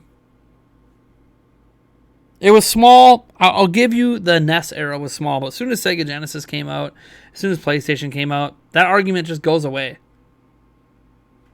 The gaming market is, like, the home console gaming market isn't actually growing. The only time that it showed growth was Wii, 360, PlayStation 3. That's the only, like, that is like the outlier era in gaming is Wii, DS, PSP, 360, and PlayStation 3. We've never had an era like that before. That is the quote-unquote peak of console gaming. There has never been an 80 million handheld seller, 150 million handheld seller, 100 million console seller with 80 million and another 80 million. That's never happened in the history of gaming. That is the that is the quintessential peak of video games. In terms of home consoles or portable consoles in general, gaming consoles. That was the peak. You can't compare today to the peak because nothing's ever going to be at the peak. We're never going to see that again. It's never going to happen. That was the absolute peak of console gaming. Now there's game streaming. Now people are gaming on their phones. So gaming is bigger today, but not console gaming. Console gaming is not bigger today. Console gaming is actually smaller today. Xbox One can't even move 40 million units. PlayStation 4 blew up. Wii U did not. Like, the console market is actually smaller today. You're looking at it as relative and compared to, the gaming market's bigger today, but the gaming market's not bigger. Not the market Nintendo Switch is in is not bigger. It's smaller. The fact that Switch is on pace to pull off 100 million sales in 2020, 2021, 2022 in like the modern era is crazy. Because home consoles aren't as popular as they once were. They're not. People are shying away from it and playing games on their phone for free. Playing Tap Sports Baseball instead of playing MLB The Show. Like, man. I don't know where you're getting your logic from on this, because the gaming market for home consoles is the smallest it's probably ever been since the 80s. And especially portable gaming machines. God, that market's been dying off for a while. Nintendo's the only one that was somehow still alive in it. That said, I think Nintendo would consider it a failure. Not that I do, but if you're right, then we can expect Nintendo to stick with their hybrid strategy in the next gen and no home console. This is a home console. That's the whole point of a hybrid. You can't say no home console, but then you can't call this a hybrid and then say there's no home console. Because then what? There's no portable console then either, right? It's a hybrid. It's a hybrid system. It's both. It's both a home console and anything. Nintendo does not consider it a failure. You want to know why Nintendo doesn't consider it a failure? Let me show you something else. This is just from a business perspective. This is the most important thing, to be completely honest. Let me show you something. This is Nintendo's stock. Okay, this is their 5-year stock. Before Switch came out, you can see their stock hit a low of what? What's it got here? $15. It hit $15 USD that you could buy a Nintendo stock for. Go on. Oh, look. E3, hype for a new system. Nintendo started talking about a new system. October, they revealed the Switch. Look, we're at double what it was at their low. Goes down a little bit because it's holiday, and Nintendo basically punted holiday 2016. Like, literally took 2016 and punted it by saying, hey, look, we're not releasing our system then. We're releasing Switch in the spring. From the moment Switch came out, boom. Look at this. Goes down a little bit because 2018 didn't have a lot of big releases. Bounces back in 2019. Here we are in 2020 because there hasn't been anything. Once Animal Crossing comes out, plus COVID's affecting things right now. But once Animal Crossing comes out, that's going to spike back up. Yeah. I don't know how you can look at that and go, man, Nintendo considers Switch a failure. They're only worth more than double what they were before Switch came out. But man, what a failure. On top of that, Nintendo is operating in the profit, creating net profits. Let's look at their, if you want further proof, I could really get into the numbers if you want me to, but if you want further proof that Nintendo views it as a success, the other thing to look at is their yearly financial reports at the end of the year. Like, look at the end of this, wait for the next financial report from Nintendo for the end of this fiscal year, and look at how much in the profit they are, how much net profits they're making. Nintendo can't consider themselves in the negative, or they can't consider a generation a failure if all they're doing is making money. Like, over and over and over again. They're just making oodles and oodles and oodles of money. Like, hand over fist money. They aren't making Wii DS money. No. They're not making that, but they'll never make that again. But they're making way more money than they ever did with the Wii U and 3DS combined. They're making more money than they did with the SNES and the Game Boy Advance combined. Like, they are making more money than they have made at any other time in the company's history except for Wii and DS. If you actually look at their financial reports now versus their financial reports before Wii and DS and financial reports since Wii and DS, you'll see that Nintendo is making more money now than they have ever made before. So how is that a failure? In what way does Nintendo consider Switch a failure when it's making money hand over fist? Their company's being worth a bunch of money. They're getting sales numbers they haven't seen since like 2009. In what way does Nintendo consider? And Nintendo never, like, even their early predictions for Switch, they exceeded. They exceeded their early predictions. Like, when they released Switch, their projections for sales for Switch were not 100 million units. Their projections for sales weren't even 50 million. They were under projecting how much the Switch was going to sell. So, like, if they're constantly exceeding their own projections for Switch sales, how are they failing? Like, they might fail your expectations. You might have expectations of the platform that Nintendo does not. But Nintendo's expectations have been public because they have to be public for their investors. And they keep exceeding them. So I don't get how anyone can view it as a failure. From Nintendo's perspective, you can personally think it's a failure. Nintendo definitely does not view it as a failure. Oh my God, no. They view this as this is the biggest hot ticket item they've ever had since Wii and DS. And ever had before it. Like, it has the potential to be their second most popular platform ever. And if they release a Switch 2 and consider it still the same family of systems, it could even pass DS sales. So, like, yeah, they are definitely not viewing this as some sort of failure.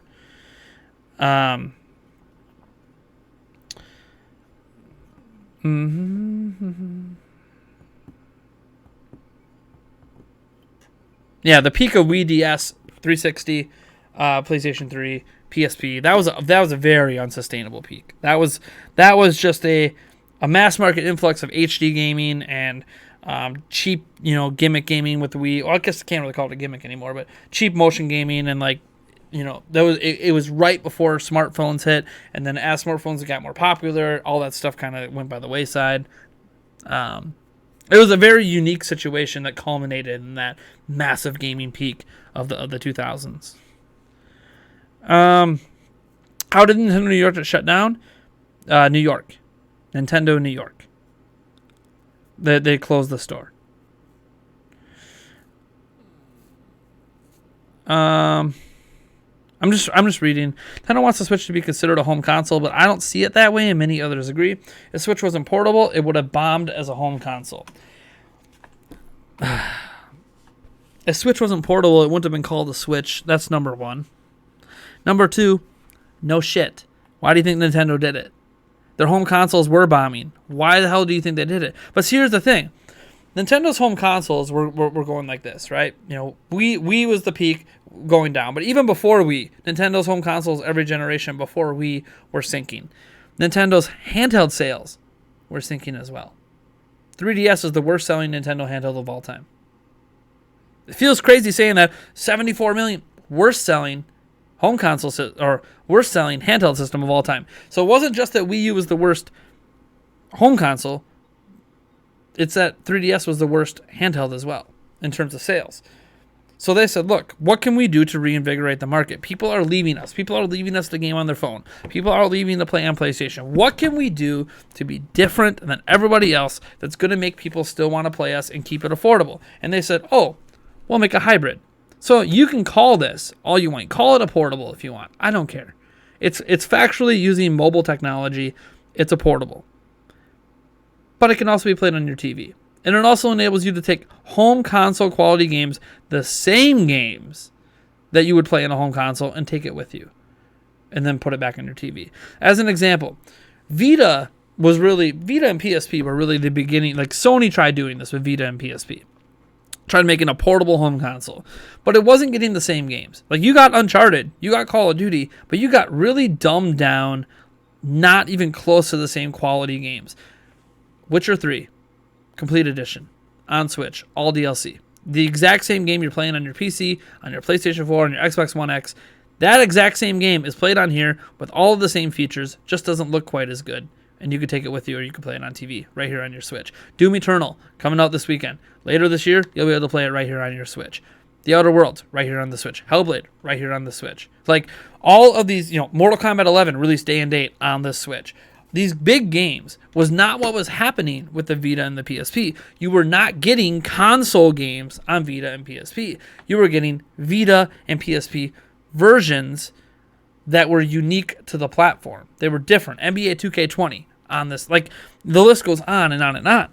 The Switch is getting console quality games that everyone else can play on other platforms, but you're able to take it with you. There's no denying that the portability of the system is an appeal. But the reason Nintendo pushes it is a home console. It's a home console. Switch is a home console. You can take it with you. The reason they push it, especially with this, they don't push it with the Switch Lite, but they push it with this version of Switch. The reason they push that is to instill in people's minds that you are playing console quality games on this platform, and you can take it with you. The idea isn't to try to convince people that, this is a traditional home console that sits under your TV. That's not their point. Their point is to convince you in your brain that you are playing Breath of the Wild, a console quality game, and able to take it with you. That this is different than what portable gaming has ever been before. Portable gaming in the past has had console style games on Vita and PSP, but they weren't the same games that everyone else was playing. They were unique versions of the games. There's been, NBA games on DS and 3DS. It wasn't NBA 2K full version.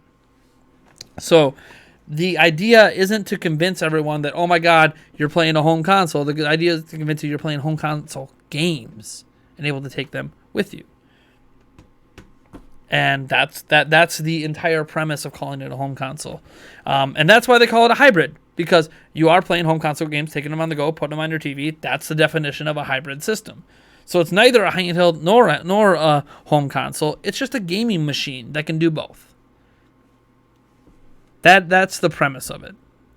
So it's not about It's not about, whether or not you consider it a home console or Nintendo pushing the home. It's all about mindshare. It's getting you to think of it as it's not a home console, but you're playing home console games on it.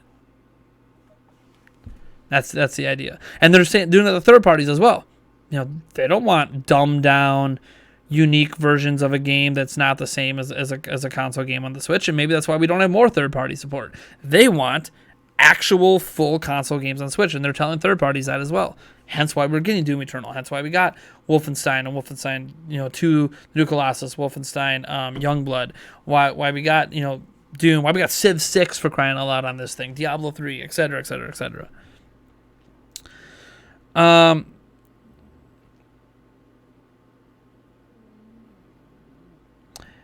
Nate, you said yourself just days ago that Nintendo merging handheld and home development should have resulted in more software than it has. I see this as a lack of belief and commitment on the... Oh my gosh, dude. Nintendo's making more money than they've ever made besides the Wii and DS era. They have sales that are going to top pretty much every combined home console and handheld system sales together for a given period of time besides the Wii and DS era. So they're factually going to sell more systems than they've ever sold in any other time in their life besides Wii and DS combined. They're selling... they're more profitable now than they've ever been at any other era in their life besides the Wii and DS era. So they're more profitable. They're selling more systems. Their software sales for their games are peaking and even outselling combined sales of certain things. Not during Wii and DS era. You need to set Wii and DS era aside because that is an unrealistic expectation. Outside of Wii and DS, their combined software sales are outselling what they did in the past. You know that Super Mario 64, the vaunted... Hold on for a second. Let me make sure I have the numbers exactly correct here.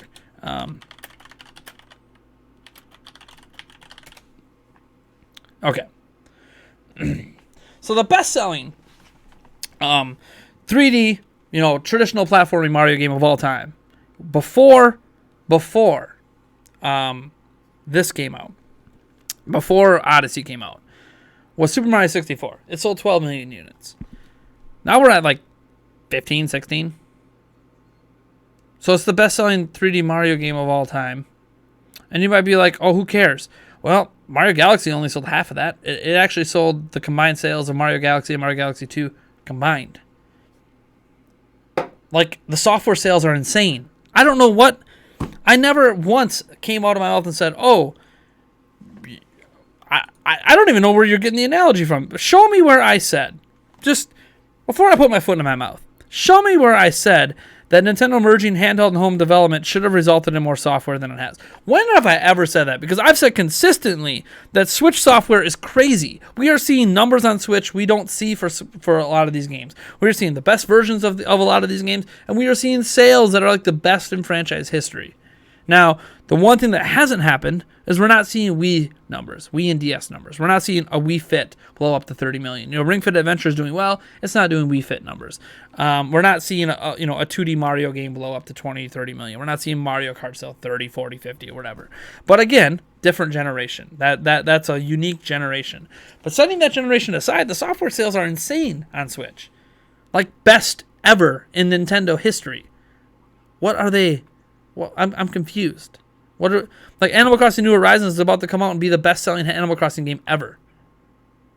What's Nintendo disappointed in? I don't understand. I don't get it. I don't know how you see a lack of belief. I don't know how you see a lack of commitment. There are more exclusives on Switch than literally in the entire library of Wii U. Not quite at 3DS level yet, but again, we're also in the middle of the generation. You gotta wait, you gotta give it some time. You gotta wait till the generation's over before you can compare it to 3DS or Wii or etc. It's easy to compare to Wii U because it was cut short. So we're at 3 years of Switch. Wii U is 4. We already have more exclusives than we did in 4 years on Wii U. Switch is so awesome. I started up Breath of the Wild again. It's so beautiful. Nice.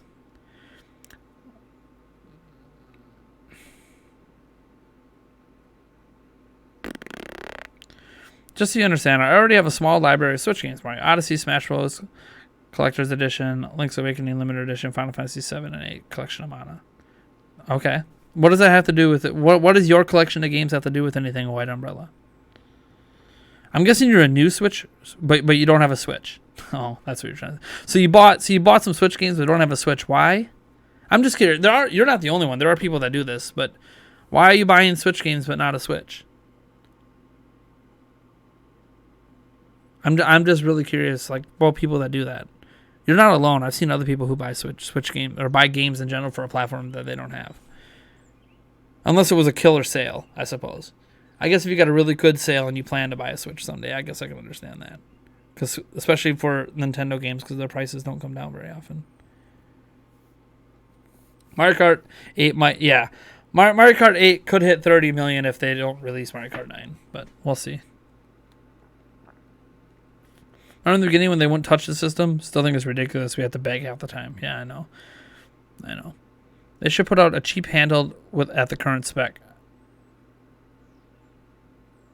What? They did. It's called the Switch Lite. You mean you don't mean a cheap handheld. You mean a cheap. You mean a cheap home console.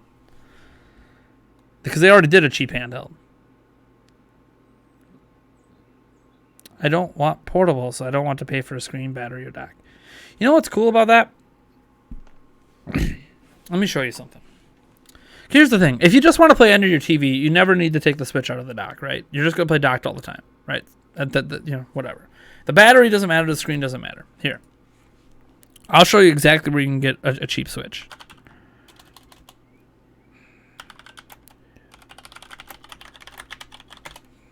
One second. Hold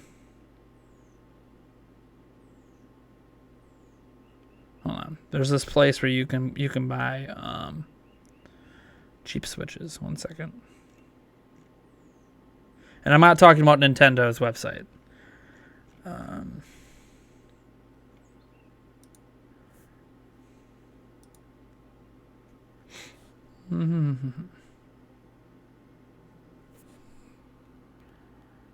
right. Now, I don't know if you're in the U.S., so a lot of stuff I'm looking up is for U.S., but you can get this. Oh, geez. That link won't work. Hold on. I got to shorten the URL. All right. So. Ah, jeez. Come on. I copied it. Sometimes I don't like the way YouTube works with things.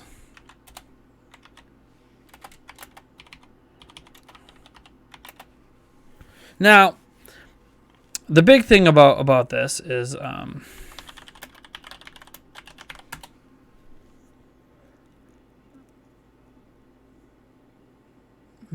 second here. I want to make sure I give you one that's actually not gonna be horrible.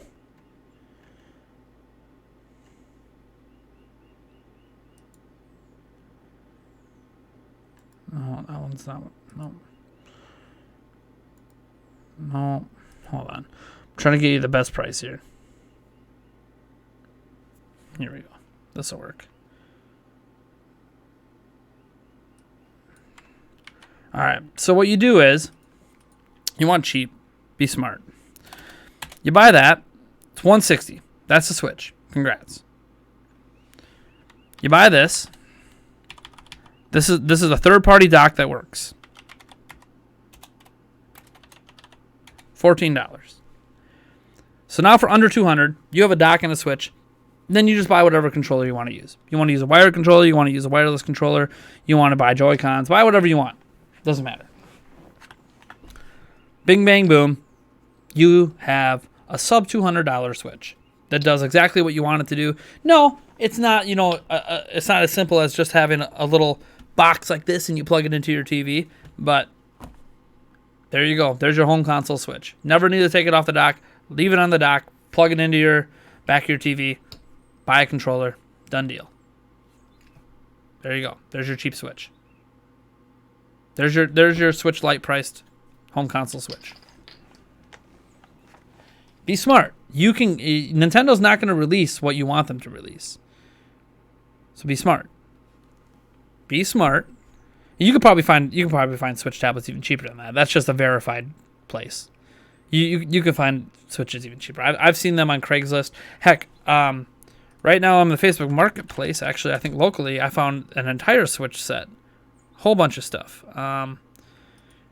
That's another thing too. If you go on Craigslist or whatever, because you don't care. Here's the thing: you don't care about the condition of the screen. The screen could be broken for all you care. It doesn't matter as long as it'll dock and work on a TV. That really opens up cheap Switches for you. Just so you know, if you don't give a crap one iota about the screen, cool. You can get broken screen Switches for cheap as hell. Like the Switch I lent to you is a working screen Switch. Well, let's see here. Like even locally here, here's a bundle for $220. Includes a Nintendo Switch, 2 Joy-Cons, the dock, the grip, all the cables, and includes Super Smash Bros., Super Mario Odyssey, Breath of the Wild, Donkey Kong Country Tropical Freeze for $220. $20 more than the Switch Lite. And that's just a local deal I have. You'll have to look locally around your area to see what local deals you have. And I live in a small town. So, yeah, I don't think it's as difficult as you're trying to make it out to be. I mean, heck, if you want, this guy skinned his Switch and he's selling it new for $225. Like, God, you have to shop around, man.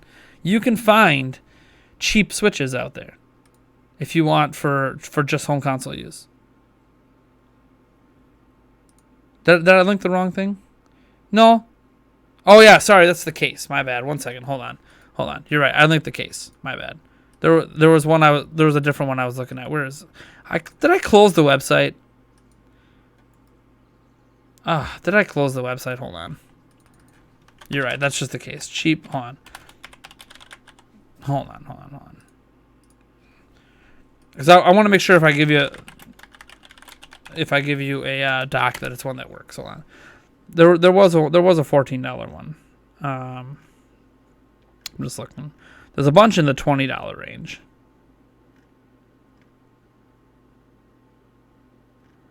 Hold on. Might not have been on Amazon. I'm trying to look here. Because I have one. I have a portable one that I use that's like $10.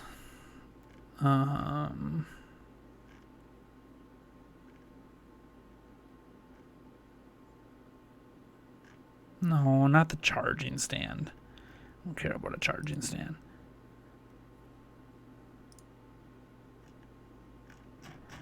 Oh, whatever. For under 200, I'll just link you to this one here. Here, whatever. Here you go. Here's one.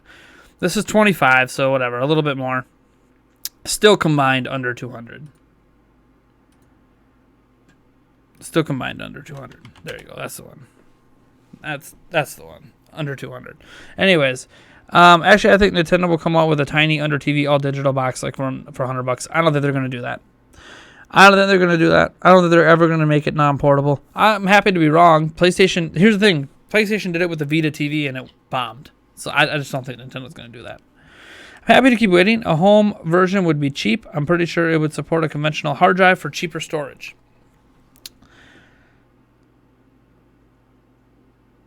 What you want is this.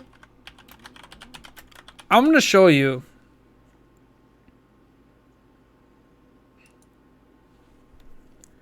Hold on. What you want exists. There's a product for it, actually.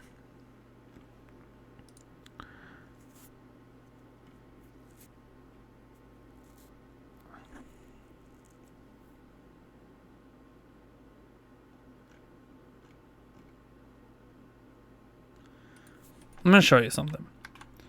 I'm going to show you, guys, if you want to. I hate to burst your bubble. People who want a TV version of Switch, this is why it's never going to happen.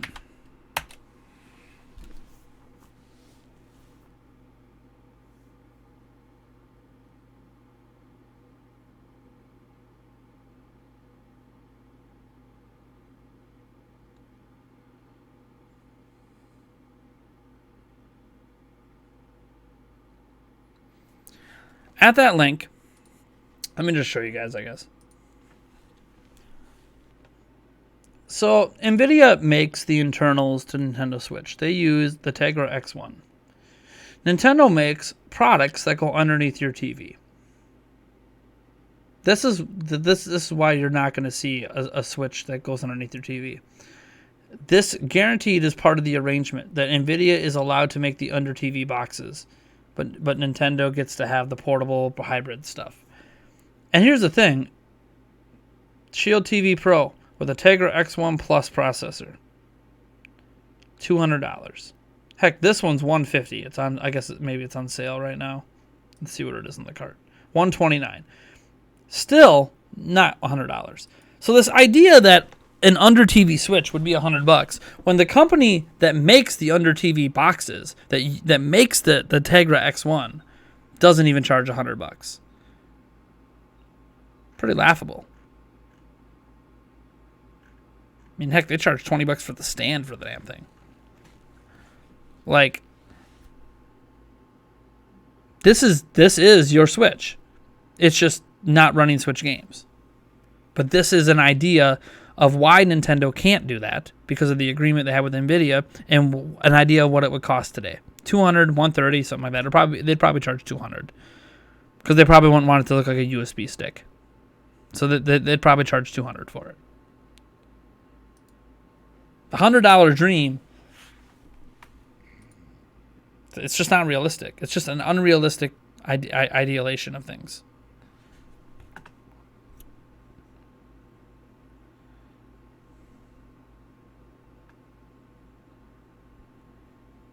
The current Switch, while docked, can use an external hard drive. Yeah. Yeah, it can if you gotta hack it, but yeah, it can. Anyways,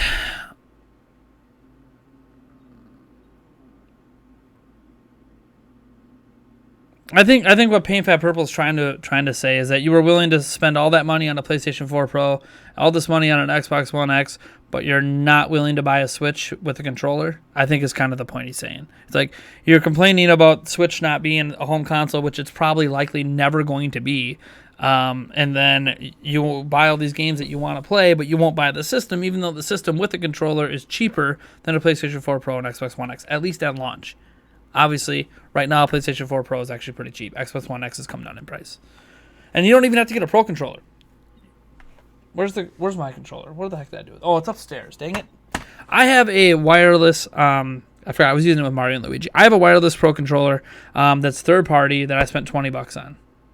You don't have to spend $60. And the thing is, I won't buy Nintendo's Pro controller because I've had two of them, and both of them had stick grinding issues. So I don't buy those. I bought the third-party one, and I've used it for thousands of hours of gaming, no problem. Anyways, that's besides the point. That's a personal preference on what controller you like and what you want to use. Some people will swear by the Pro controller and they've never had issues. Some people will swear by the Joy-Cons and say they never had issues. Yeah, basically, I mean, it sounds like you're someone that has enough disposable income to own everything, but you're just, on principle, choosing not to buy a Switch. It's like you have this principle of, I'm not going to buy this because it's not the way I want it to be, even though this can be the way you want it to be. You just don't take it out of your dock ever. But you don't. You want something that's cheaper, but you're willing to spend all this money on an X and a Pro. It feels weird. It feels weird that you're willing to spend all this money on other people's consoles that, by the way, aren't worth the money that we pay for them. But you're not willing to spend that on a Switch just because Switch, like, okay, let's say they got rid of this and they charge you $300 for a box that goes under your TV. Are you going to buy that instead? Would you have bought a Switch for $300 if it was a box that went under your TV this whole time? Like, would you have? It sounds like to me White Umbrella. And this is just because remember this whole conversation with you started.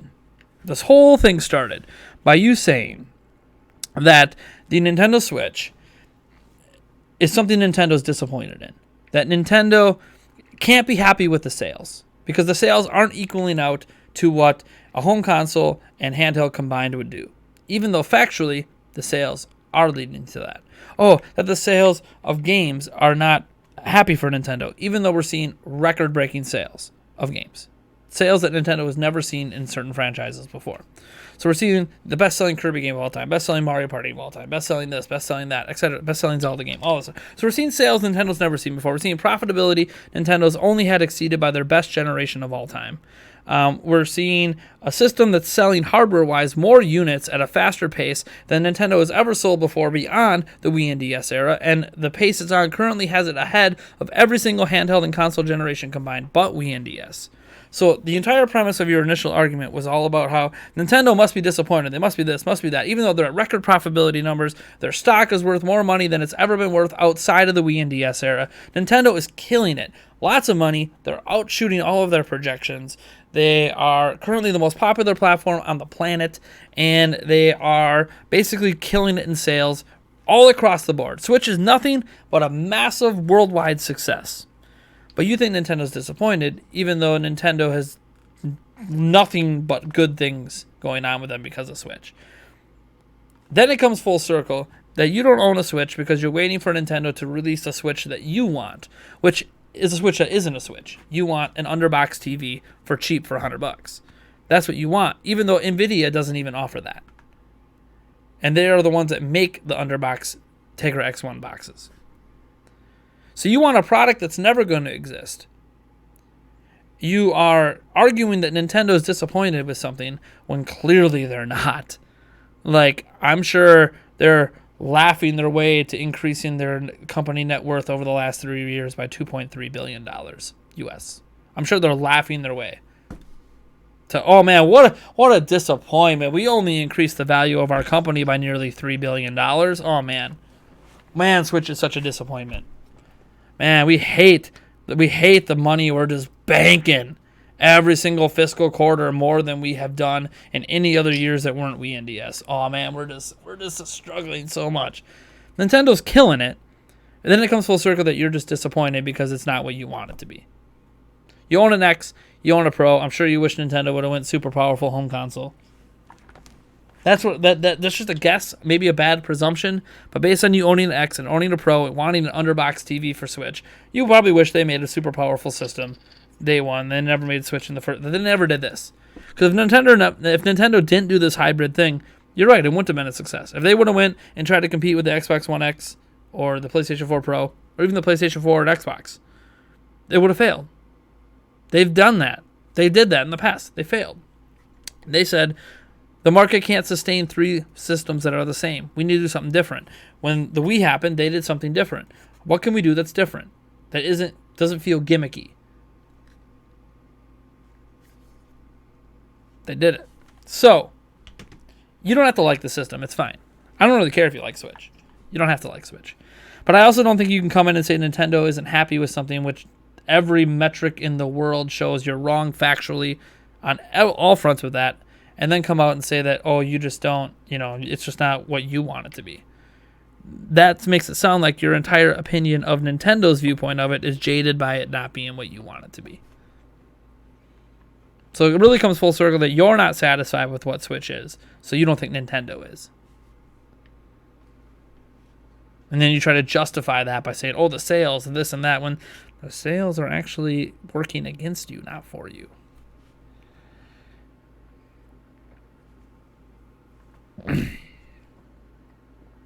Lots of people who haven't bought a Switch that are waiting for a Pro or home console. I'm not alone. If I hadn't bought the collector's edition on release, they would have cost more later.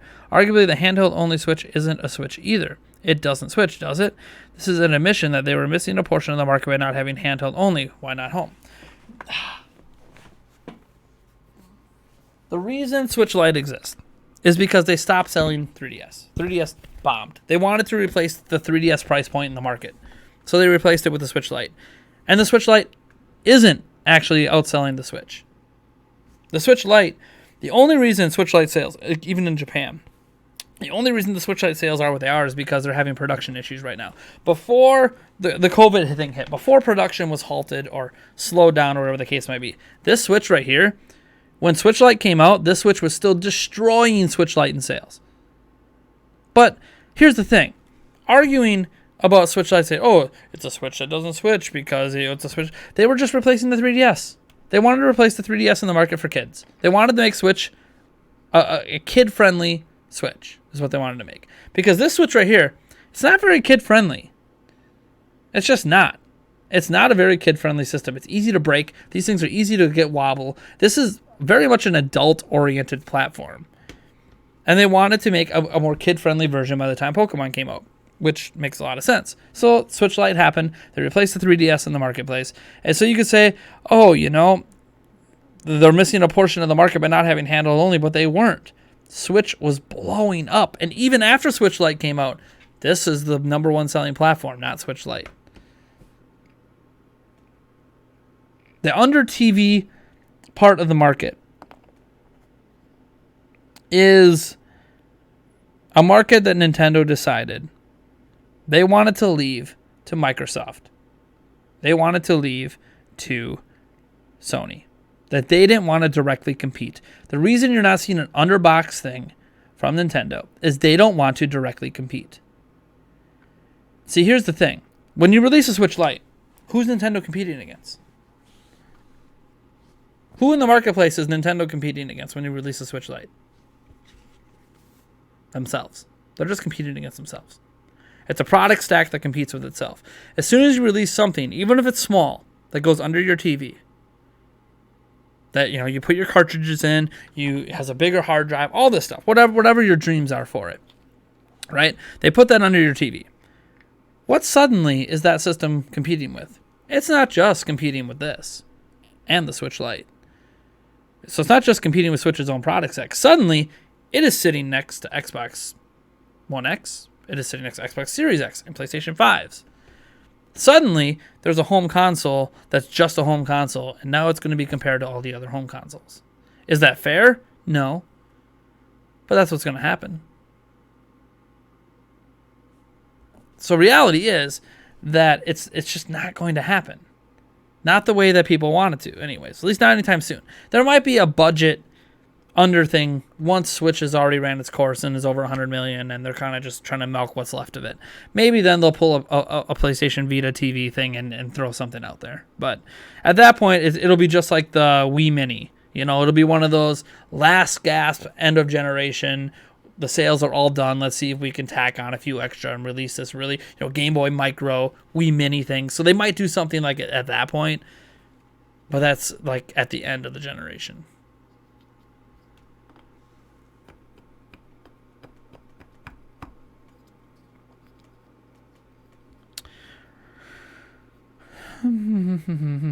Well, yeah, I guess the way that the 8th Arc worded that's right. The Switch is the most powerful portable dedicated gaming console because there isn't any dedicated gaming consoles more powerful than it that are portable.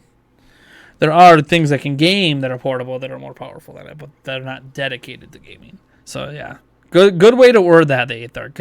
Leave it to Thark to word it precisely to make it sound like it's the greatest thing since sliced bread.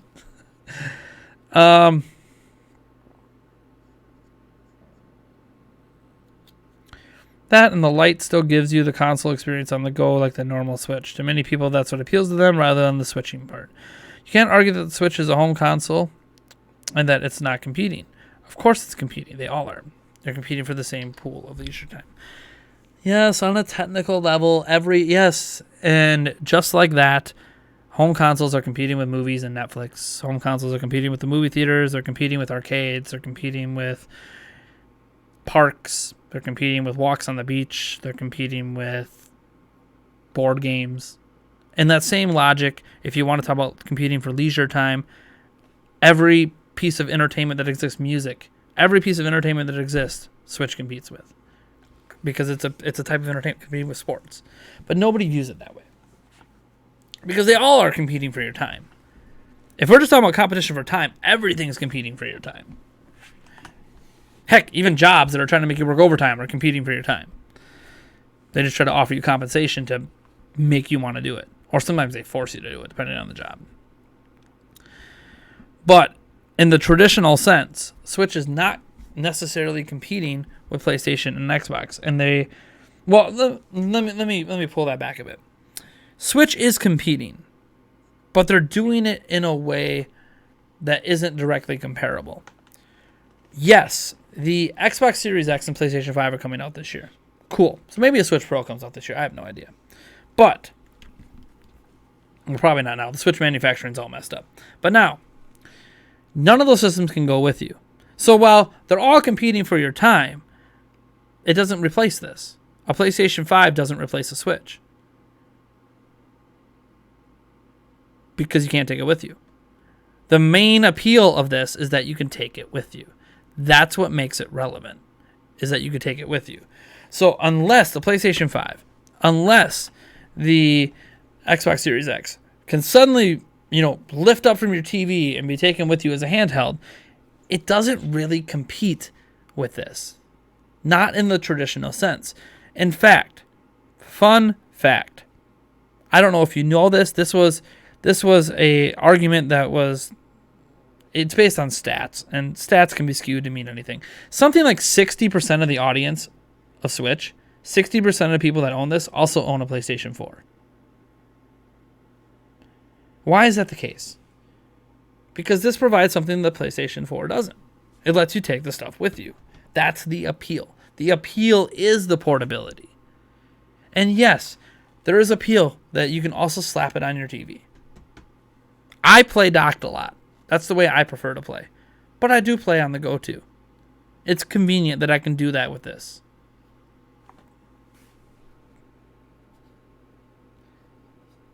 So when I say it's not competing, it's that this isn't going to hurt PlayStation 5 sales. This isn't going to hurt Xbox Series X sales. This platform will not hurt those sales. Likewise, those platforms aren't going to hurt this either.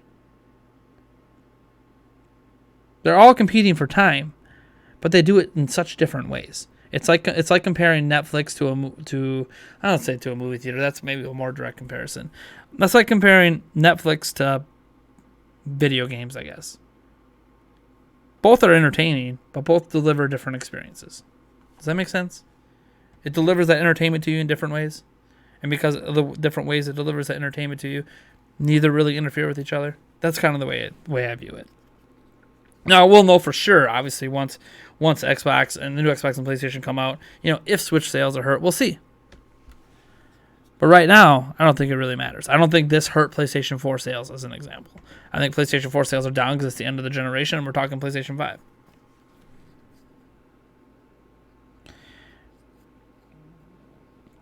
And then Nintendo is trying to complement Xbox. There you go. That's a better way to put it. Complement. This is like a complementary system. I game on my PC, owned an Xbox One X for a little bit. It's a complementary system. It's my primary. It can be your primary system. It's my primary system. But for many people, it's a complementary system. It's like a DS or a 3DS or whatever. It's complementary. You get it in addition to something else. Heck, if more games start doing what Witcher 3 is doing, where you could save your saves between PC and Switch, God, it'll be more of a complementary system. By that logic, it's something the Switch gives you more since you can play it in places you normally can't. Well, it's all about what you value. That's all about value. If you like playing your console games anywhere that happen to be on Switch, cool. If you want the best of the best performance with the prettiest looking visuals, you're gonna want to stay home and play on your PC, you play on your TV, etc. So like there's a trade-off for taking it on the go, is that you're not going to get the best performance, the best visuals, the best response time, the best this, the best that. The best experience will technically still be sitting at home playing on a TV or on your PC playing on a monitor or something. Like, that's a personal preference. So there is a value-added prospect in some ways, but that value is up to the consumer on what they value. Do they value more the ability to sit down and play it on their TV, or do they value the ability to take it and play it anywhere? That's a value proposition that the consumer gets to decide between. Or just get both, or get all the above. Anyways, the PSP had a TV out that didn't make it a home console. The main purpose of the dock is to make the Switch look like a home console when docked, a design Nintendo stuck with, even though it causes heat dissipation issues.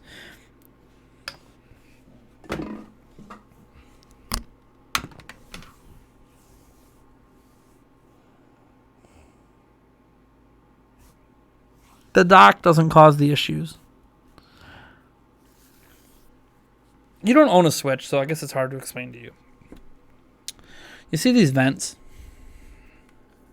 See these two vents here? This is the only... So how the Switch works, how the Switch dissipates heat. There's a fan in there with a heat sink, okay? It sucks in air from down in these two vents. By the way, let me grab the Switch dock. Actually, you know what? I don't really want to grab it because it's all wall mounted right now. On the back of the Switch, there's two giant holes that do not cover up these vents. And then it blows out the heat through the top vent, which again is not covered by the Switch dock. The Switch dock is not causing the Switch to overheat. You're talking about Bengate. You're talking about back when the launch switches seem to be molding themselves around the dock.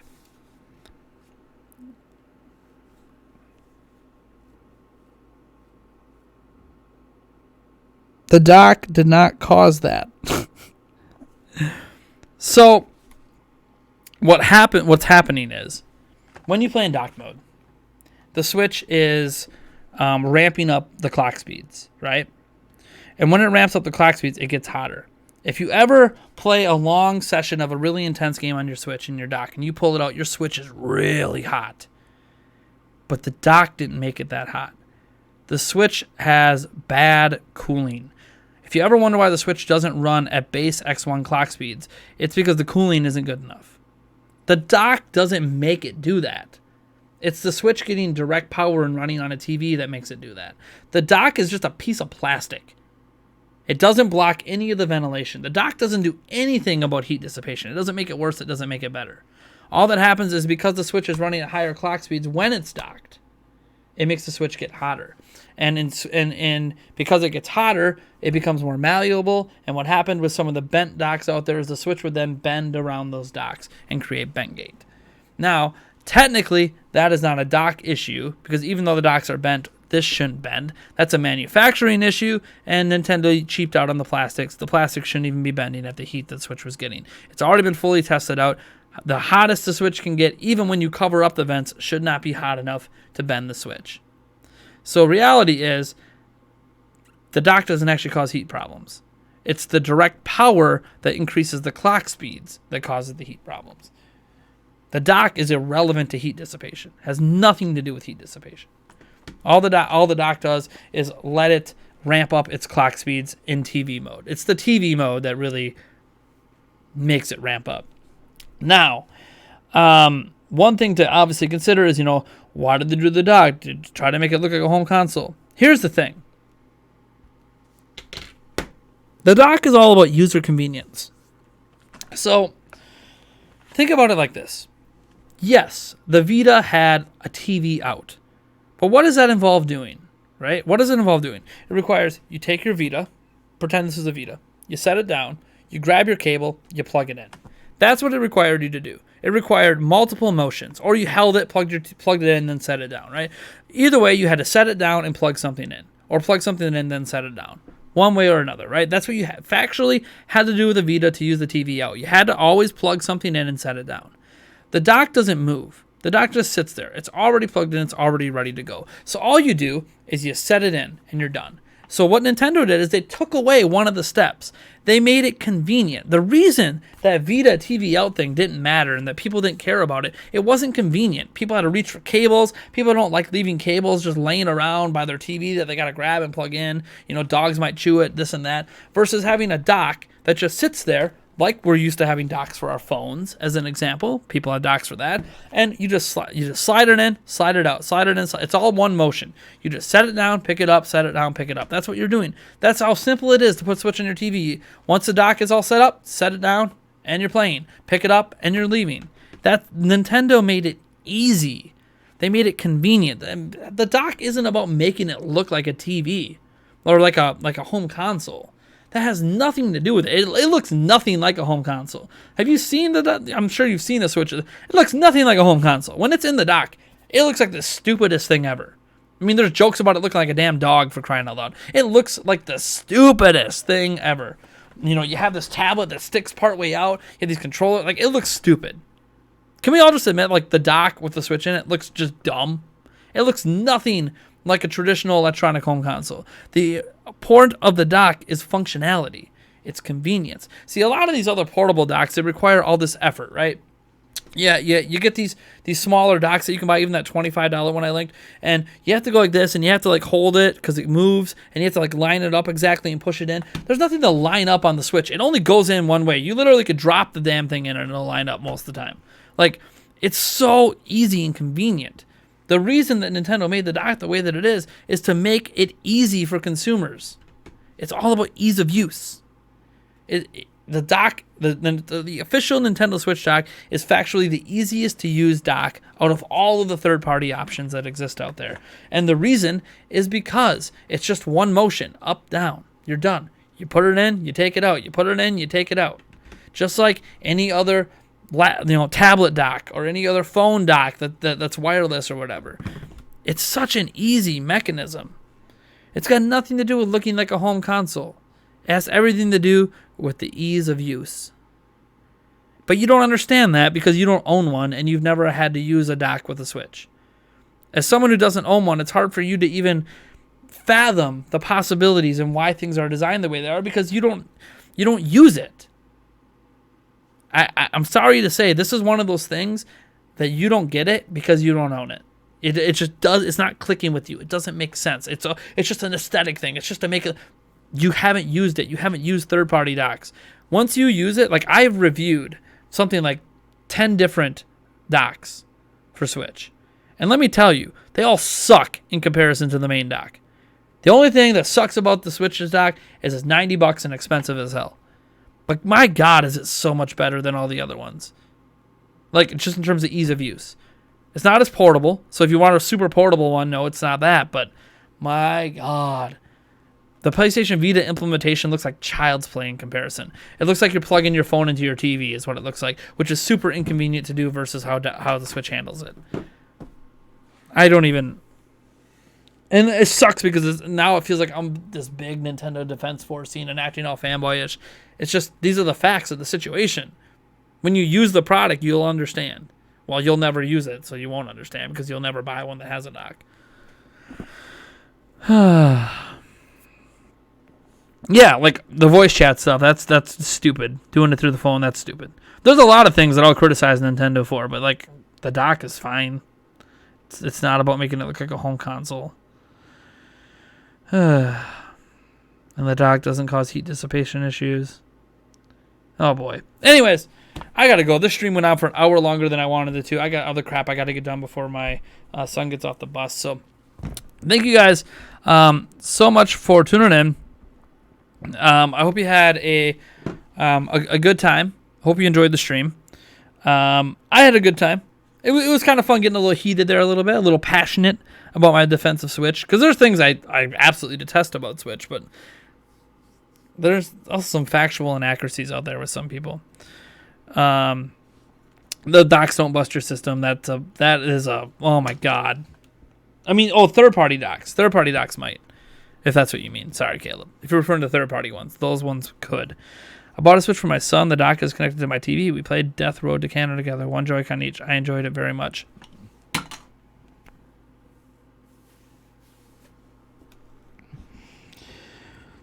You know, White Umbrella, you're a very frustrating person to talk to about this stuff. You won't buy it. So, you enjoy the fact that...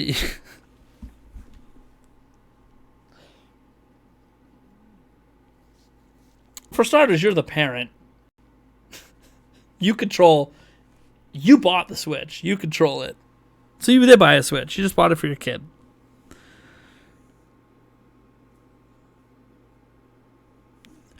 It's funny. I don't like the Switch. I want this. I want that. Oh, the Joy-Con. And then, like, oh, by the way, I did buy a Switch for my son. Oh, we took advantage of the fact that it has two controllers with it, included that you could just conveniently take off the side and play right there on your TV with my kid. Oh, man. But I don't like this.